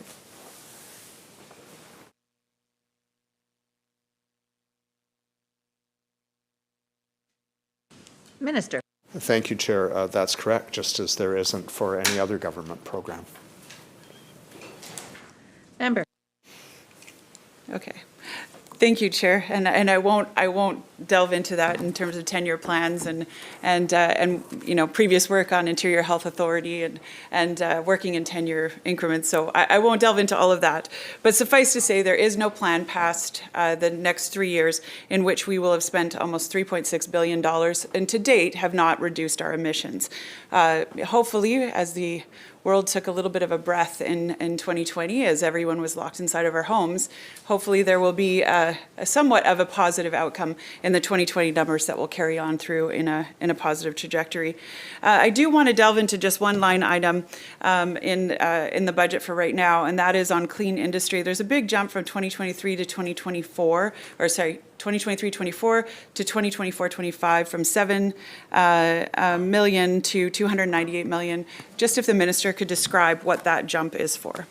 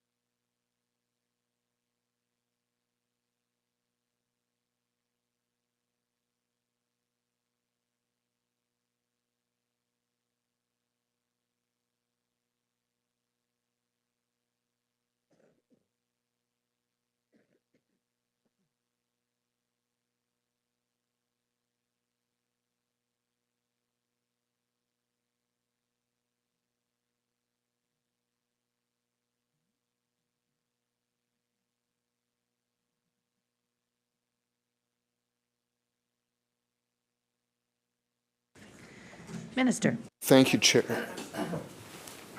Thank you, Chair. And to the member, to explain what appears to be a jump, it's important to understand that 22-23 would have had a previous figure attached to it from the previous fiscal plan, and that previous figure was 221 million. So when you add the 7 million, which is new money in this budget for that fiscal year, it brings it to 228.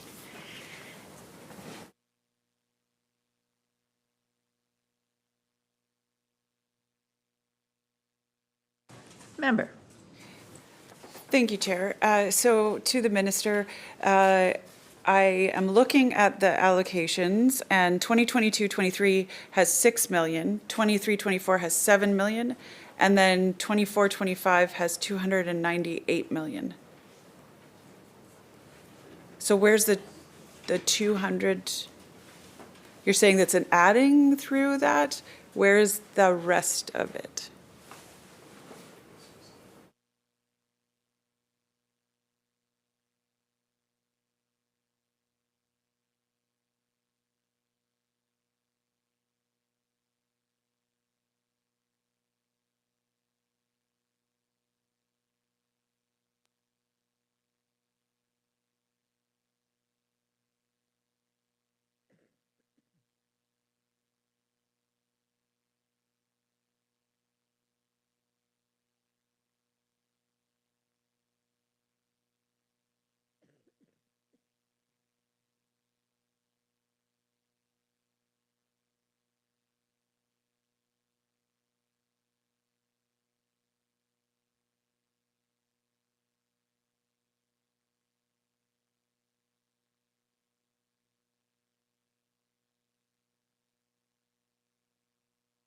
Minister. Thank you, Chair. So the reason you have a large amount in 2024-25 is it's the first year, this is the first budget that fiscal year has appeared in.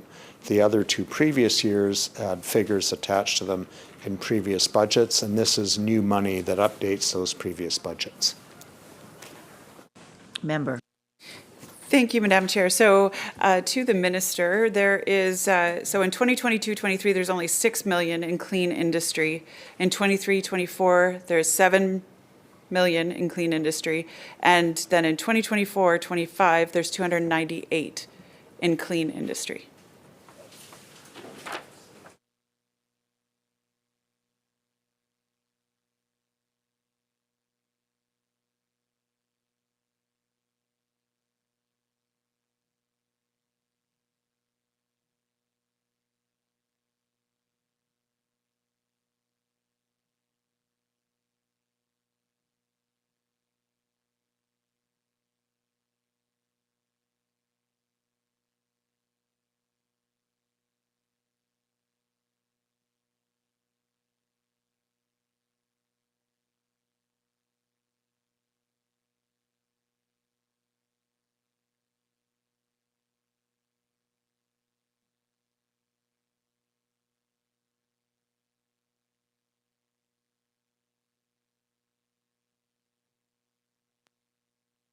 Minister.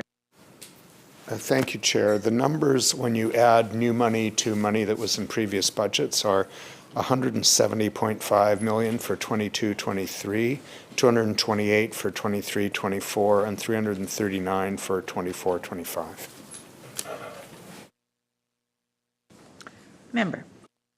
Thank you, Madam Chair. I'm going to move on to specifically the program for industry. So the program for industry has gone up by 44.78 million, which is an increase of 45%. So could the minister, through the chair, describe what is entailed in this increase?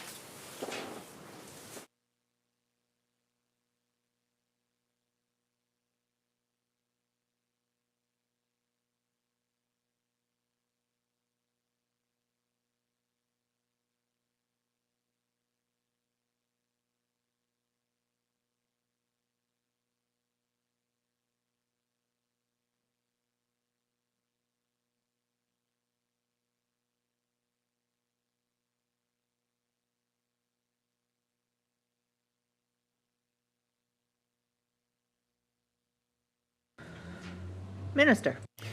Thank you, Chair. And as the carbon tax goes up, the amount of money available for the Clean BC Industry Fund and the programs also goes up. So that is a reflection of that. And then there is a one-time increase in 2024-25. Member. Okay, thank you, Chair. So then I'm going to go back to my previous question, and I'm going to maybe be a little bit more specific. So it's table 1.2.3, which says investments for Clean BC, including contingencies allocations, because what the answer that the minister just gave would seem to indicate that the previous answer was not understood correctly. So on that line item, Clean Industry has 6 million in 22-23. 7 million in 23-24 and 298 million in 24-25. This isn't new money being added. This is money that's in the 3 years of budget.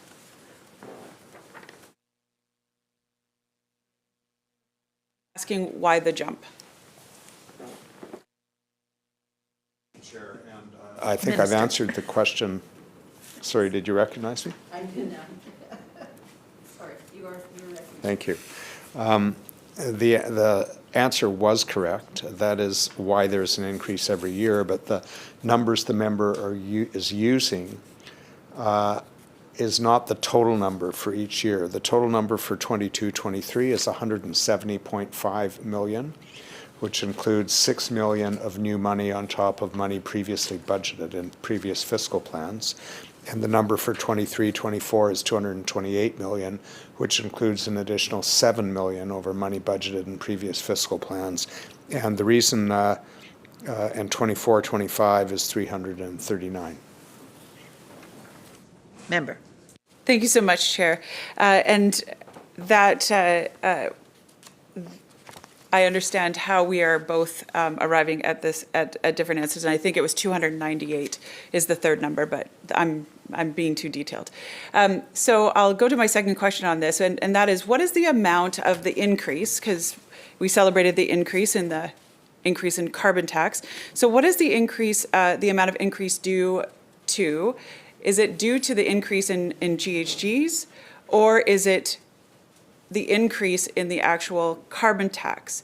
So what percentage of that, or what dollar figure of that, is just the straight increase for the same number of GHGs, and what number is actually because the GHGs are rising?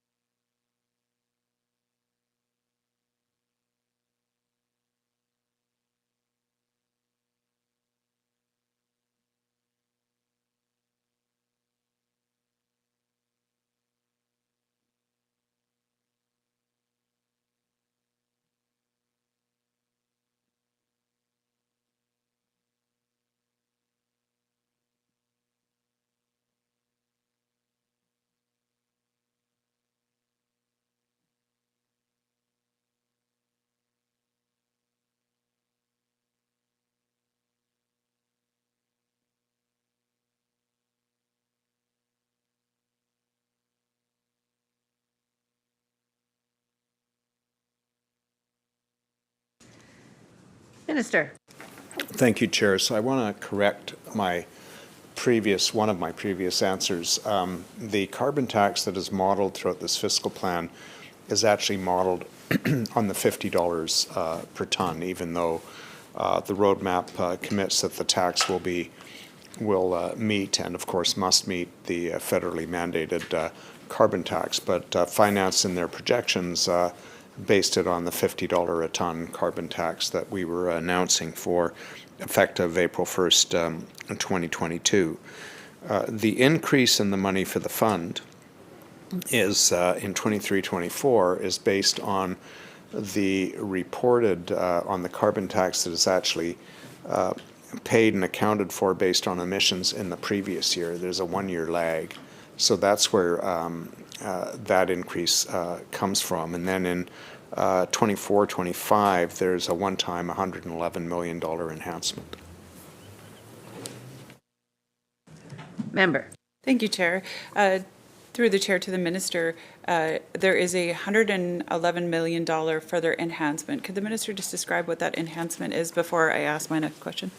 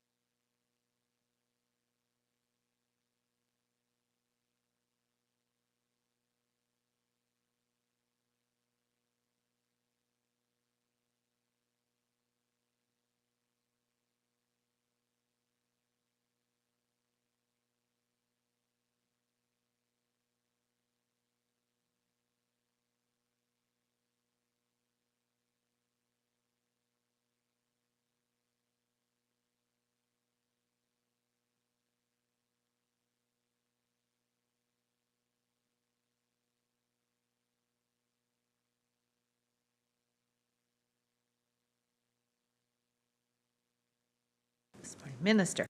Thank you, Chair. Well, as the member knows, the Clean BC program for industry was recognized internationally as a creative government program to reduce emissions in industry, and the one-time enhancement of $111 million is a bit of a shot in the arm to the program to put additional money into it to accelerate decarbonization initiatives in industry.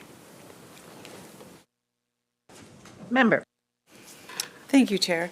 To the Minister, I'm going to go back to the carbon tax revenues because you had indicated that it's based on a static $50 per ton on that. So in looking at your actual the Minister's estimates in the budget, it would appear that then emissions are predicted to go up. Is that correct?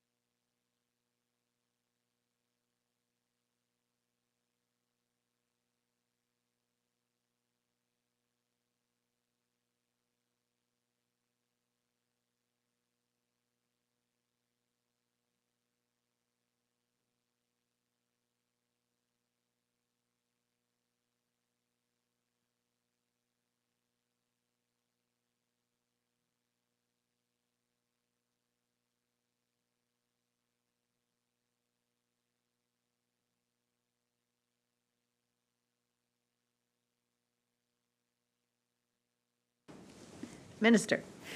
Thank you, Chair. So the increase in 22-23 is due to the increase of the carbon tax from $45 to $50 a ton. The increase in 23-24 is because the amount in 23-24 is based on the carbon tax paid in the previous year. In other words, there's a one-year lag. And in 24-25, the increase is a one-time enhancement that I've already described. Member. Thank you, Madam Chair. So in 2022, the budget shows a revenue of just over 2 million, $2.048 million. It was estimated that back in 2021 that number would be 1.985 million. So did the emissions exceed what the target was for last year?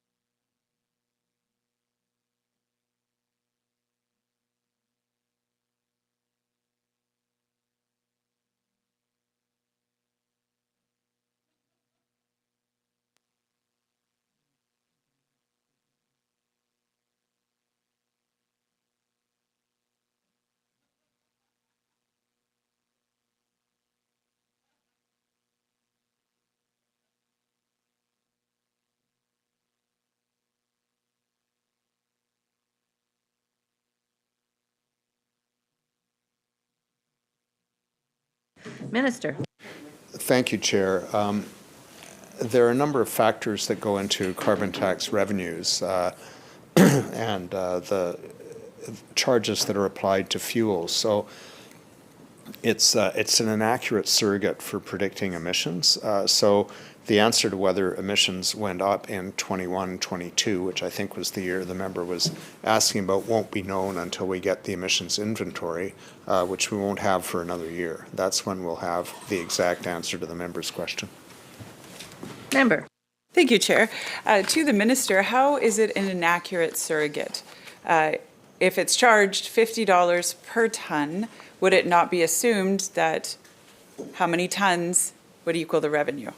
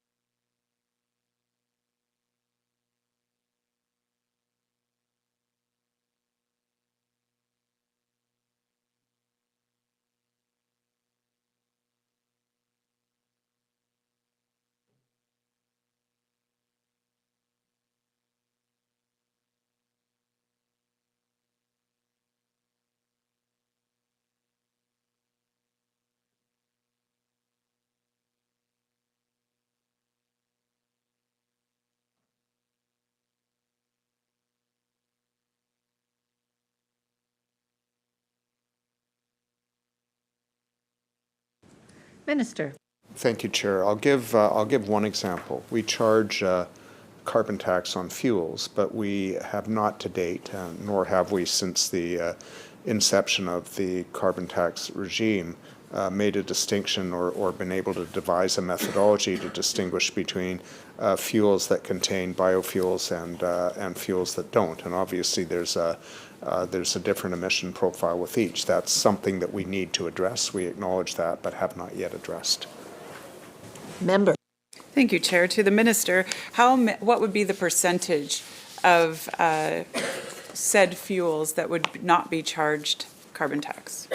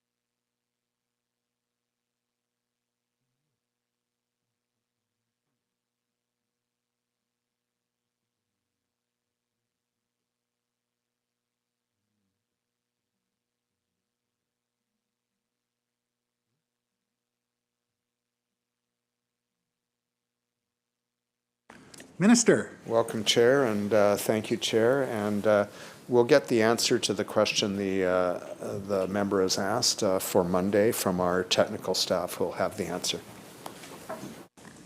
Member. Thank you so much, Mr. Chair. So in looking at these estimates, and because emissions inventories are delayed, carbon tax revenues obviously are and can be a leading indicator of provincial emissions performance. In fact, so much so that in the accountability report, there's a whole dedicated section to it. And there's implied provincial emissions, which is the carbon tax revenue divided by price, and that actually is shown to rise from 40 megatons in 2017 to nearly 48 megatons in 2024. Taking the minister's own chart in the accountability report on page 11, you can see that there's actually an increase and a revenue growth due to rate increases, yes, but also due to the base, which would imply that there's an increase in that. Taking a look at the carbon tax revenue comparison from the 4 budgets that are articulated in here, 2021, 22, 23, 24, there is an increase year over year. How is this not a leading indicator of where we expect emissions to be? And that's including and all I'm doing is the implied emissions, taking out the values of the actual carbon tax and the increased revenue from an increased carbon tax out of that scenario.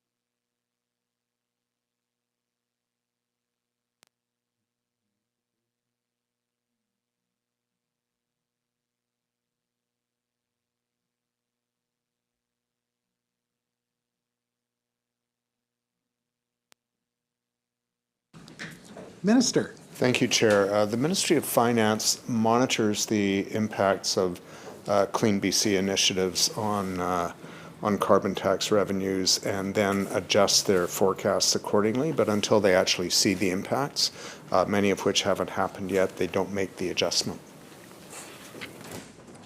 Member. Thank you, Mr. Chair. With all due respect to the minister, that didn't quite answer my question.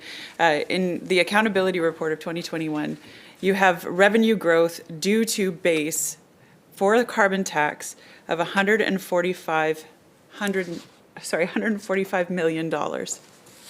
That would indicate that there is an actual increase in carbon tax revenue that is attributed by the minister's report, attributed to an increase in the base use. That is an increase in emissions, an increase in revenue. Is that not the case?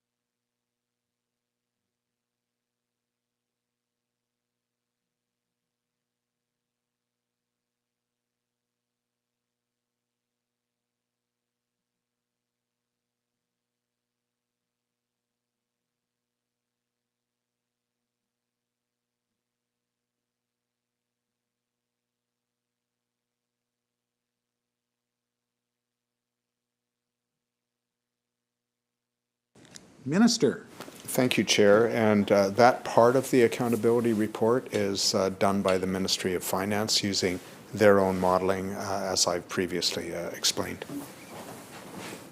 Member. Thank you, Mr. Chair. So with all due respect to the minister, if we look at what has happened between 2017 and 2020, or 2019, let's use the numbers that we actually know and have been verified by the federal government's emissions data, we know that the emissions trajectory has followed almost exactly the carbon tax revenue numbers. We could map them out, and if I put these onto a spreadsheet, they would almost be identical in terms of their trajectory, which means that the implied emissions emissions is actually an accurate measure of forward-moving emissions targets or emissions reductions before we have the data from the federal government. In the budget, we actually have that as an escalating number from 2021, 2022, 2023 into 2024. Could you please confirm that the Ministry of Finance believes that our emissions are going to be going up based on the Roadmap 2030?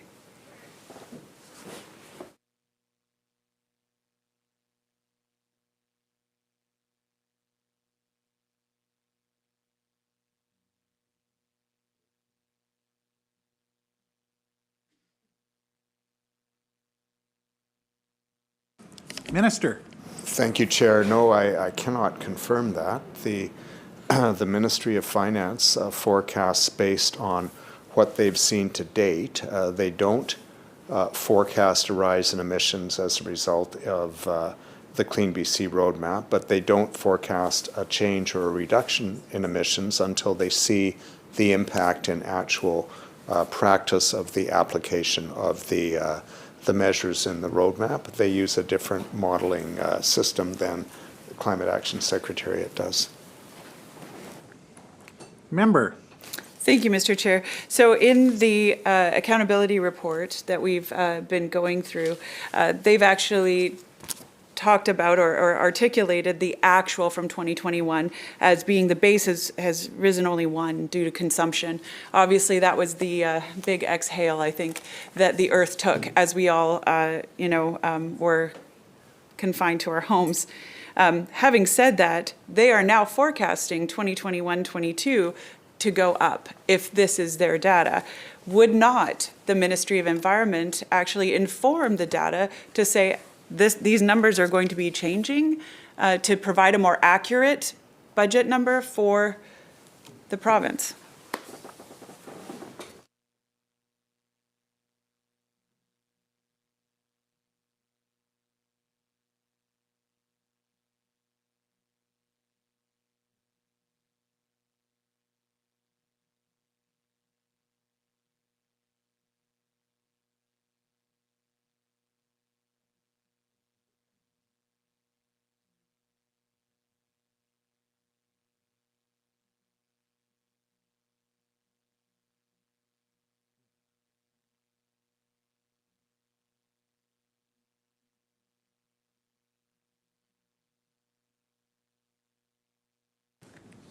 Minister. Thank you, Chair. Well, as I've explained, the Ministry of Finance uses a different methodological framework for projecting emissions and carbon tax revenues, and it's based on, until we've seen the result, we won't change the forecast.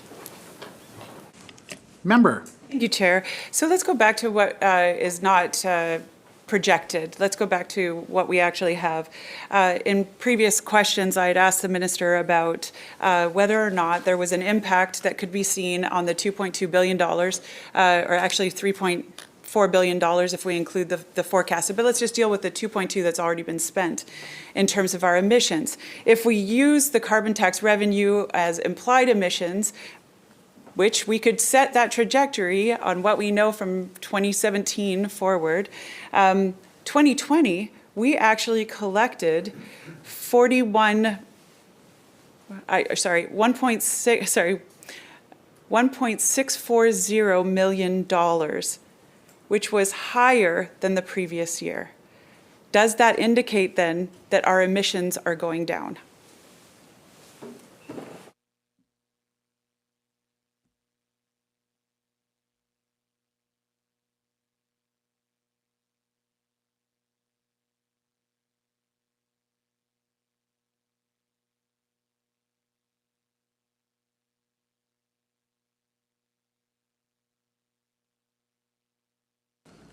Minister. Thank you, Chair. The answer to the question will be told by the emissions inventory, which will be an accurate measurement, and we don't have that yet.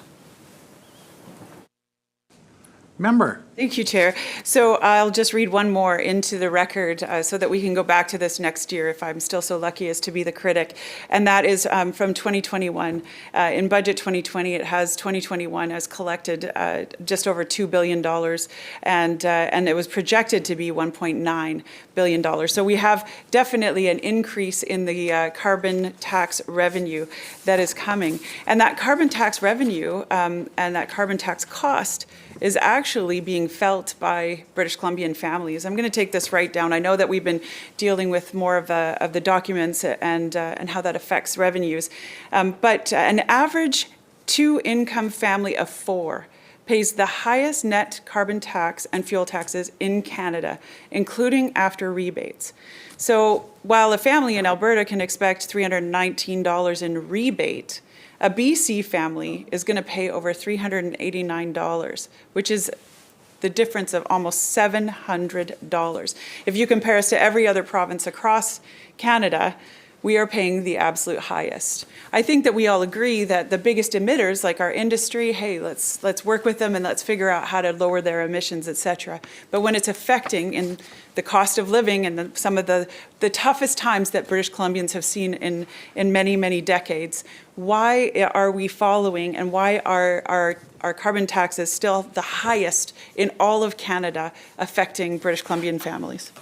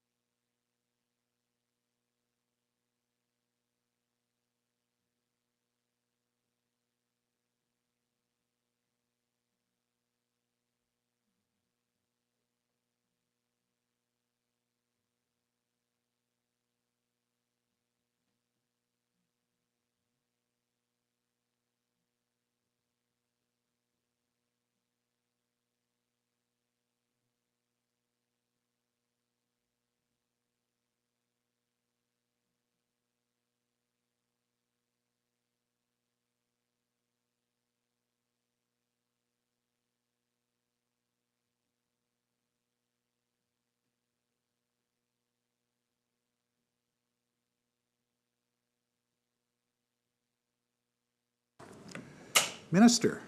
Chair, well, until April 1st of this year, British Columbia had the highest carbon tax in Canada. We were $5 ahead of per ton ahead of the rest of Canada. As of April 1st, that parity was achieved with the $10 a ton federal raise compared to the $5 a ton provincial raise.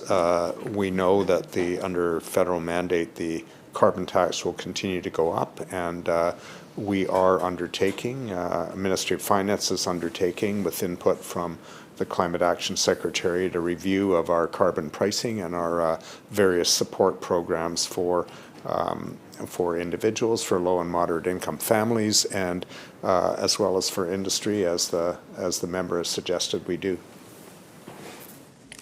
Member. Thank you so much, Chair. To the Minister, so in a number of different provinces, there's actually rebates being given. So yes, they're charged the carbon tax, but then they're also given a rebate. In our province, we are not. So those that are other than industry. So in ours, we actually, if you add up both the fuel and the carbon tax, the fuel taxes and the carbon tax, we sit significantly, 3 times at minimum, higher than any other province, and these are taken on the brand-new numbers. How do you feel? How does the minister, feel about this continuation of an increased burden on British Columbian families?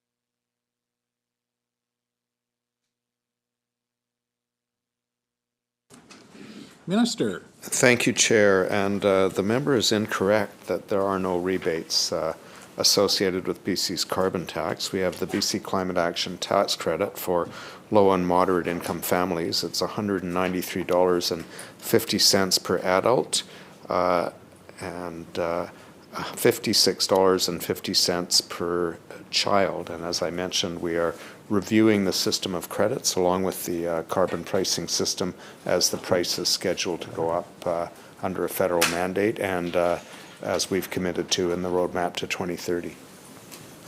Member. Thank you, Chair, and I'll ask the Minister for forgiveness because he is absolutely accurate. We do have rebates, and the numbers that I was quoting were actually after the rebates that we've been given. Our rebates simply are not to the same order of magnitude as provinces such as Alberta, Saskatchewan, Manitoba, Ontario, Quebec, New Brunswick, Nova Scotia, PEI, or Newfoundland. So with all due respect, my apologies on that. So yes, we still pay 3 times more per family of 4 than any of those provinces. So moving on to the industry fund in particular, and also actually jumping back just a little bit to the carbon tax, but it's going to tie in here. Why does BC have its own carbon tax, and why has it not adopted the federal carbon tax?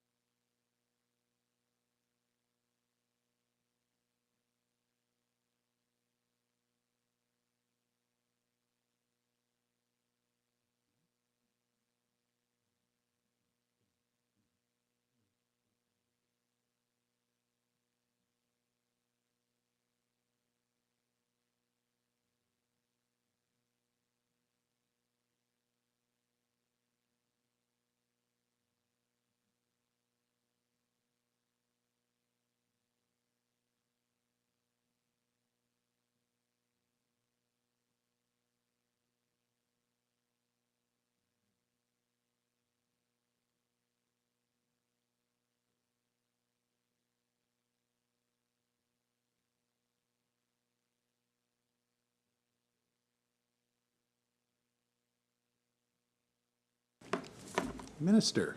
Thank you, Chair. Well, one of the reasons BC has its own carbon tax is that it goes back to the introduction of the tax in 2008 by the BC Liberal government. The carbon tax remained at $30 a ton for quite some time without being raised. We thought it was important and that British Columbians would want us to maintain our own system so we could manage and tailor rebates for both low and moderate income people, invest carbon tax funds in measures to reduce emissions, and also to support industry. But as I mentioned, we are undertaking a review of our carbon pricing and rebate system in acknowledgement that that this system was never designed for a carbon tax that is scheduled to escalate as it will under the federal mandate. Member. Thank you, Chair. To the Minister, I'm going to actually ask the previous question again and just give the opportunity for the Minister to respond. So I would ask, how does the minister explain to British Columbians that an average two-income family of four pays the highest net carbon tax and fuel taxes in Canada, including after rebates? And I'll just give the numbers. In BC, total $677 per year.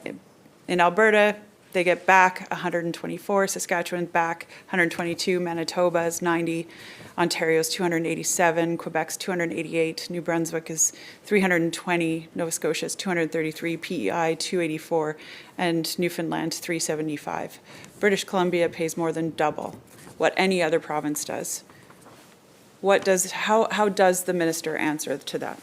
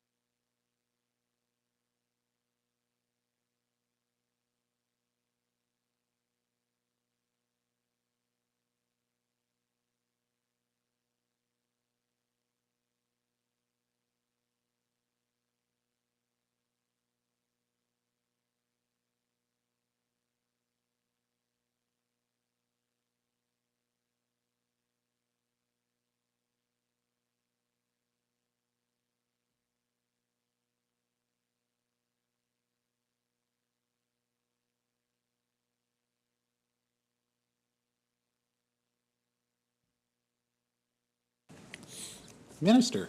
Thank you, Chair. Well, first of all, it's difficult to take the climate action tax credit and look at it in isolation from all the other measures government has taken to support families, like removing tolls from bridges, the child opportunity tax benefit, reducing the cost of childcare. But British Columbians also have made it clear that they want the government to take action on climate change, and to do that, we are investing some of the carbon tax revenues in measures that do reduce emissions and support families in reducing their own emissions, investing in transit, rebates for zero-emission vehicles, support for home energy efficiency and clean energy heating and water heating measures, and many others.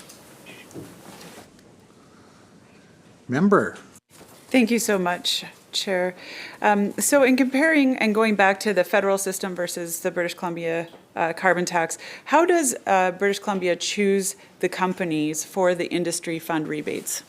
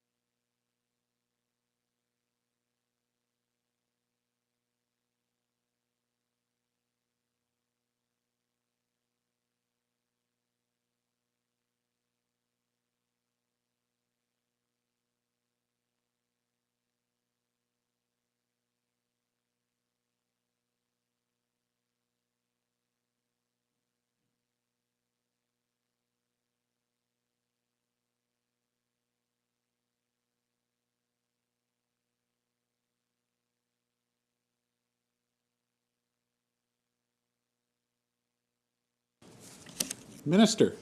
Thank you, Chair.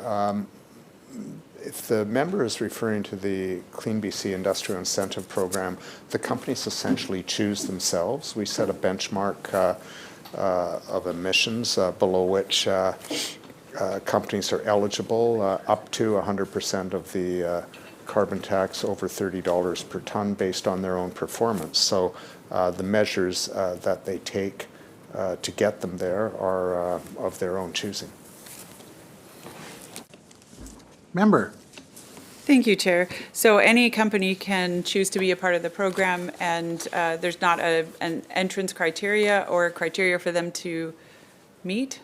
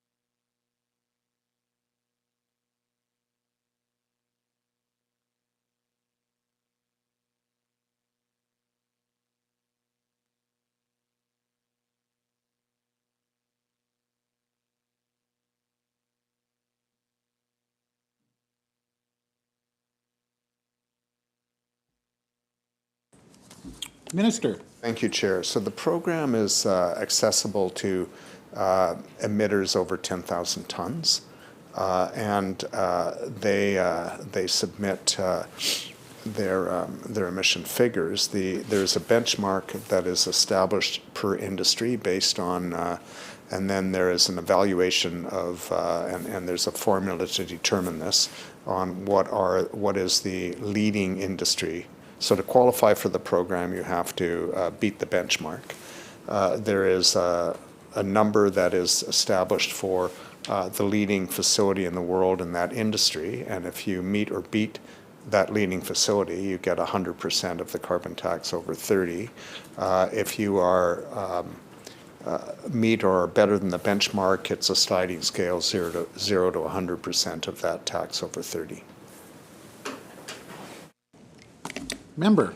Thank you, Mr. Chair. So to clarify, any company over 10,000 tons can opt into the program. If they beat the benchmark, they can achieve all of their above 30 carbon tax back, and a sliding scale from 0 to 100. Where does that scale start?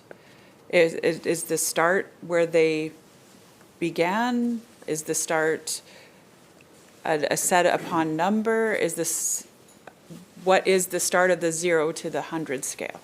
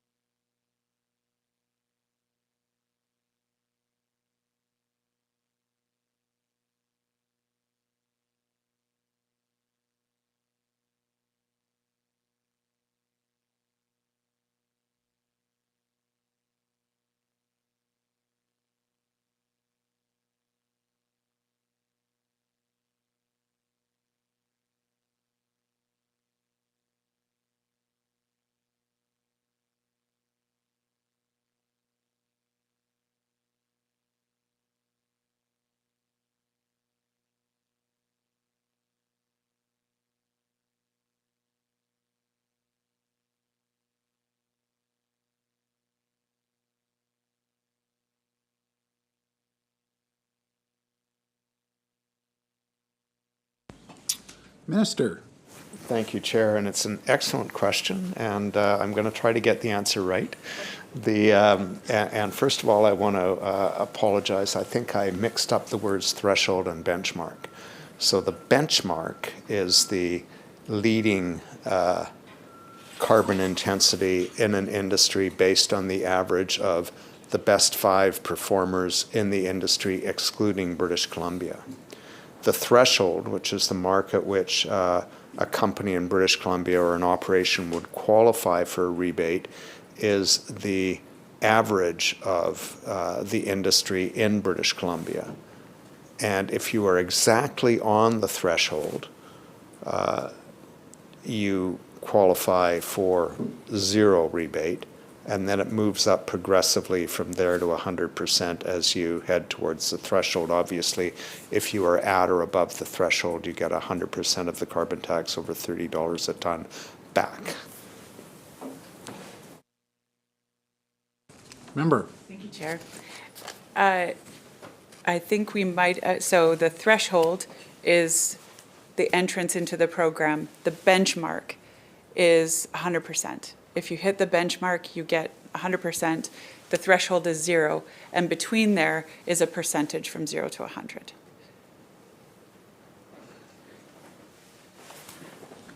Minister. Chair, that is correct. Member. Thank you so much, Chair. So having detailed that further, how many of the entrants actually achieve the benchmark in the industry fund?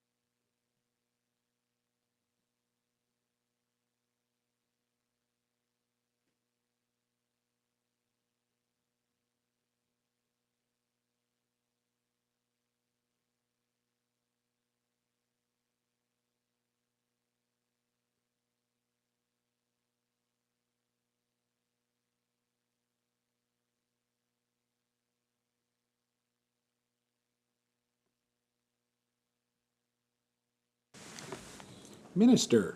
Thank you, Chair. Well, I have some interesting answers for the member, but the actual specific answer to the question she asked, we're in the process of getting, because it's not on our notes here. But what I can tell the member is the Clean BC Industrial Incentive Program received 459 applications in 2021-22, which was represented by 75 reporting operations, and $65.5 million in payments were made. Member. Thank you, Mr. Chair. Wow, that could have been bad there.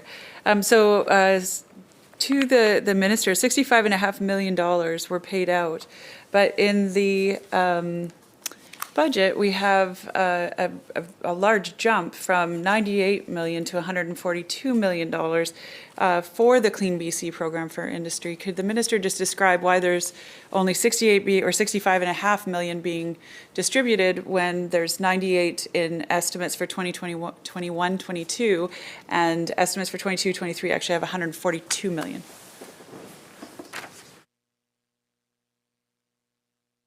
Minister. Thank you, Chair. And the answer to that is I was answering questions about the Clean BC Industrial Incentive Program, which accounts for part of the Clean BC program for industry. And the second part is the Clean BC Industry Fund. And that's where particular operations will apply to the fund for project proposals to apply technologies to reduce their emissions further. Member. Thank you, Mr. Chair. So am I correct to assume that, not assume, actually, am I correct to ascertain that the $142 million is all of the all of the carbon tax above 30 put into a fund that can be distributed in these two ways, back to industry if they qualify based on the formulas?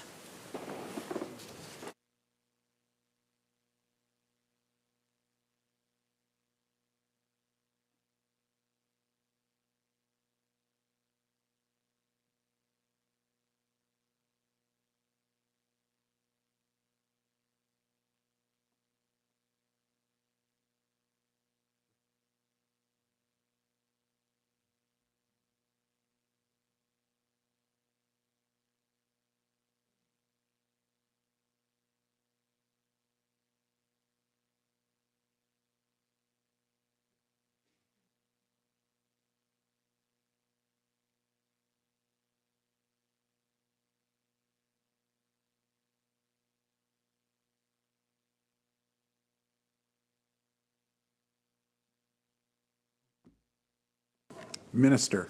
Thank you, Chair. The member is correct that that figure represents all of the carbon tax above $30 a ton paid by industry, except for a very small administrative charge that is taken out of that.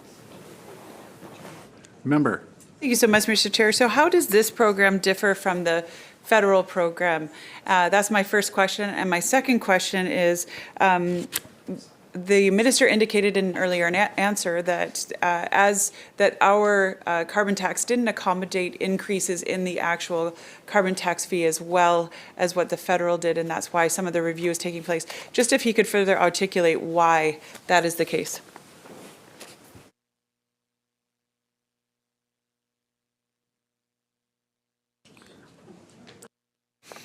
So in an earlier... Member. Sorry. Sorry. I got it. Now go? Yes. Okay, thank you, Mr. Chair. So the minister had indicated in an earlier answer that one of the reasons for the entire review of the carbon tax pricing, et cetera, or not pricing, but rebate program, et cetera, was because the BC model didn't increase as well as, or you didn't say as well as, I'd have to go back to Hansard to find the exact words, but basically that it didn't accommodate the increase as well. It was never built to go to $170. I just wanted to have further clarification and articulation on why that is the case.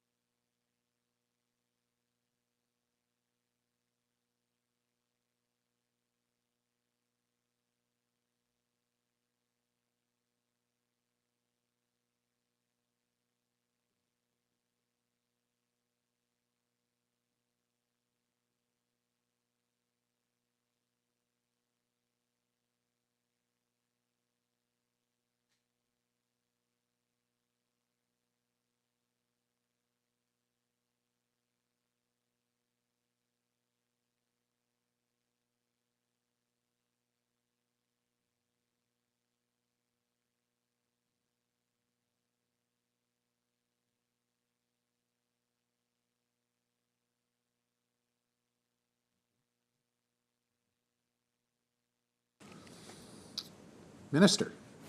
Thank you, Chair. So the federal output-based pricing system basically uses a very different methodology for applying the tax to or tax rebates to industry. And I think, frankly, it would be the federal government that would have to answer to why they designed it that way. What I can say is that the Clean BC program for industry was designed collaboratively with industry based on BC's carbon tax. The industry was very clear when we took office in 2017 that they would like some relief for emissions-intensive trade-exposed industries that they hadn't seen previously. So we designed with them the system that I've described to achieve two goals. One was to two goals simultaneously. One was to maintain industrial competitiveness, and the other one was to incent and support the reduction of emissions in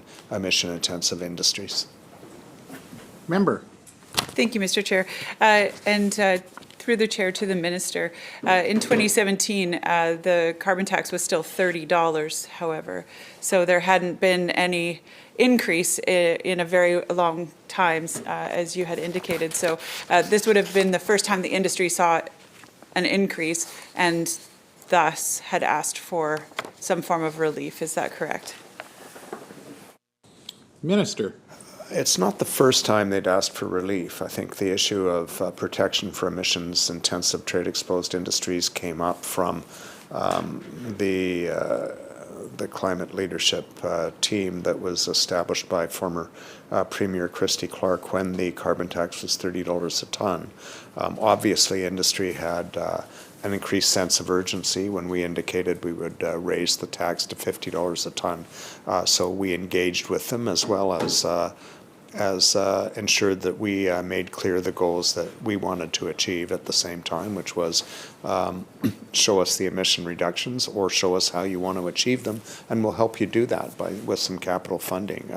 The member also asked me previously, and I forgot to answer, why we hadn't reviewed the carbon rebate and incentive programs prior to knowing the tax was going to go up to $170 a ton, or when we designed this program.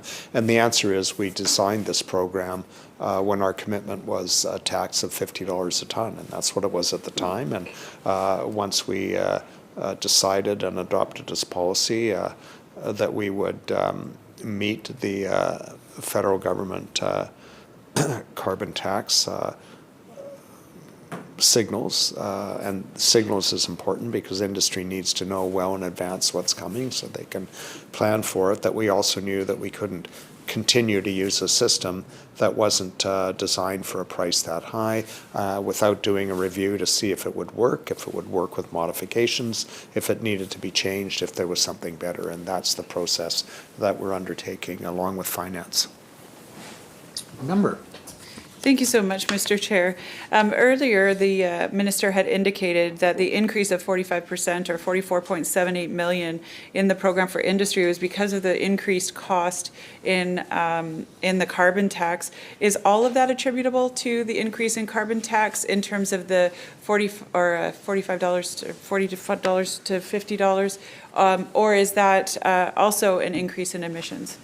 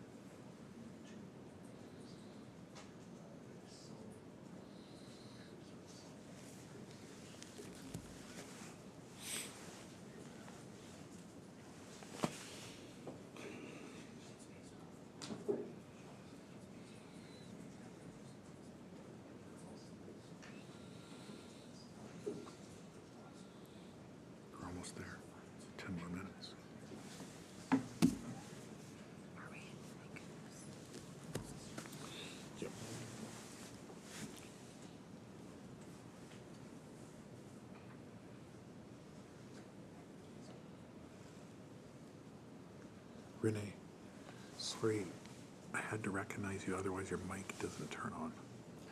Yeah, so that's why I was all, yeah.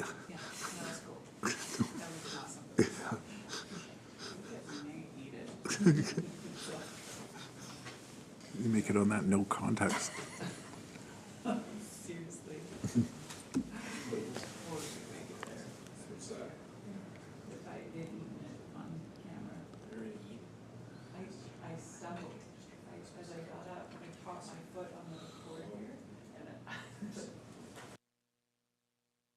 Minister. Thank you, Chair. So in addition to the increase in the carbon tax, the Finance Ministry's projection of volumes of emission growth, which would be a function of a number of things, is based on their modeling, not our modeling, because as I said previously, they wait to see if the policies that are outlined in the roadmap to 2030 bite, and then they get a model that they can use to project actual emissions, whereas we use a different modeling criteria. So yes, they are projecting a small increase in emissions for the period of the fiscal plan based on their conservative approach to this is what we know today, and we don't know what is going to happen tomorrow. We know there's policies. We hear from the Climate Action Secretariat that they will be effective, but as the Ministry of Finance, we want to see empirical evidence, not imperial evidence, of that approach. Member. Thank you, Chair. So to the minister, the increase is 45% year over year. Has that increase been 45% every year then? Consistent with the revenue projections and the emissions that have been attributed?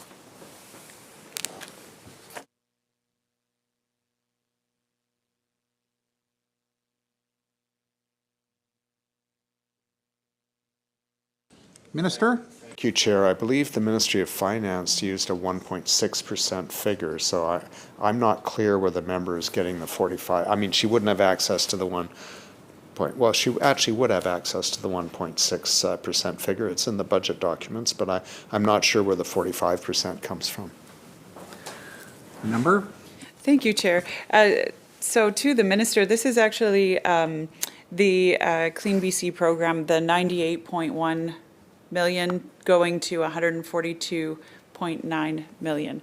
So we had earlier ascertained that that is the amount above $30 that industry is paying that's going back directly into the two funds, the incentive fund as well as the industry fund. So that would be the dollar figure. 5% is only 10% or just over 10%. So where's the other 35% increase coming from?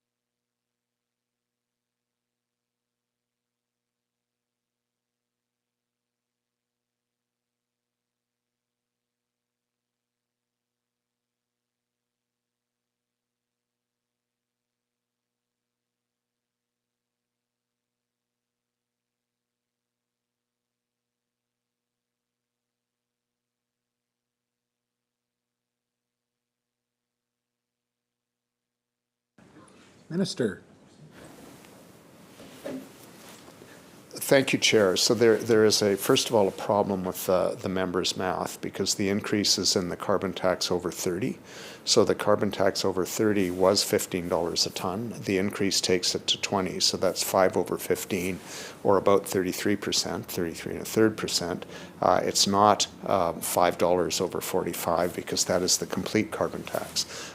There's still a gap that with the figure the member pointed out, and because it's finance's methodology, we'll check that over the weekend and be happy to answer the question on Monday. Member. Thank you, Mr. Chair. And thank you for the correction. I actually had already corrected my own math there. So I appreciate it. My next words were going to be, I'm going to have to ask for forgiveness again. But I was actually doing it from 45 to 50. So the increment was actually a little bit less than what the minister had shown. But nevertheless, I look forward to seeing the documents and the information. I'm going to change gears just a little bit in the interest of time because I know we're running out of it. And that is, there was a discussion paper that was released on the public interest bonding strategy in which the mandate letter commitment is to, and I quote, ensure that owners of industrial projects, not the people of British Columbia, pay the full costs of environmental cleanup and reclamation, even if projects are abandoned, end quote. I'm curious, through the chair to the minister, what portion does industry pay for today?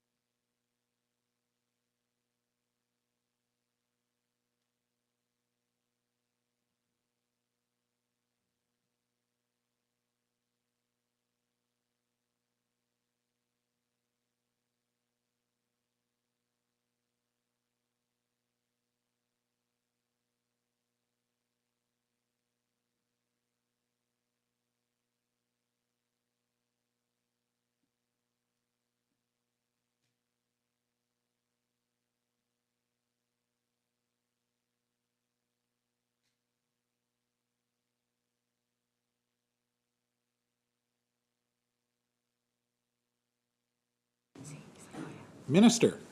Thank you, Chair. And the answer is that it varies by industry. For instance, the mining sector has reclamation bonding, and the Ministry of Energy, Mines and Low Carbon Innovation is reviewing their policies and requirements there alongside the development of the public interest bonding strategy. We want to make sure they're aligned.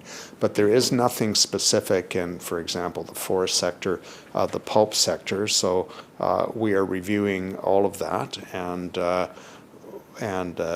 we're also seeking input from the public, from industry and others as part of the discussion paper which we recently released, and I'm sure we'll have more discussion about this on Monday. But, Honourable Chair, I move that the committee rise and report progress and ask leave to sit again.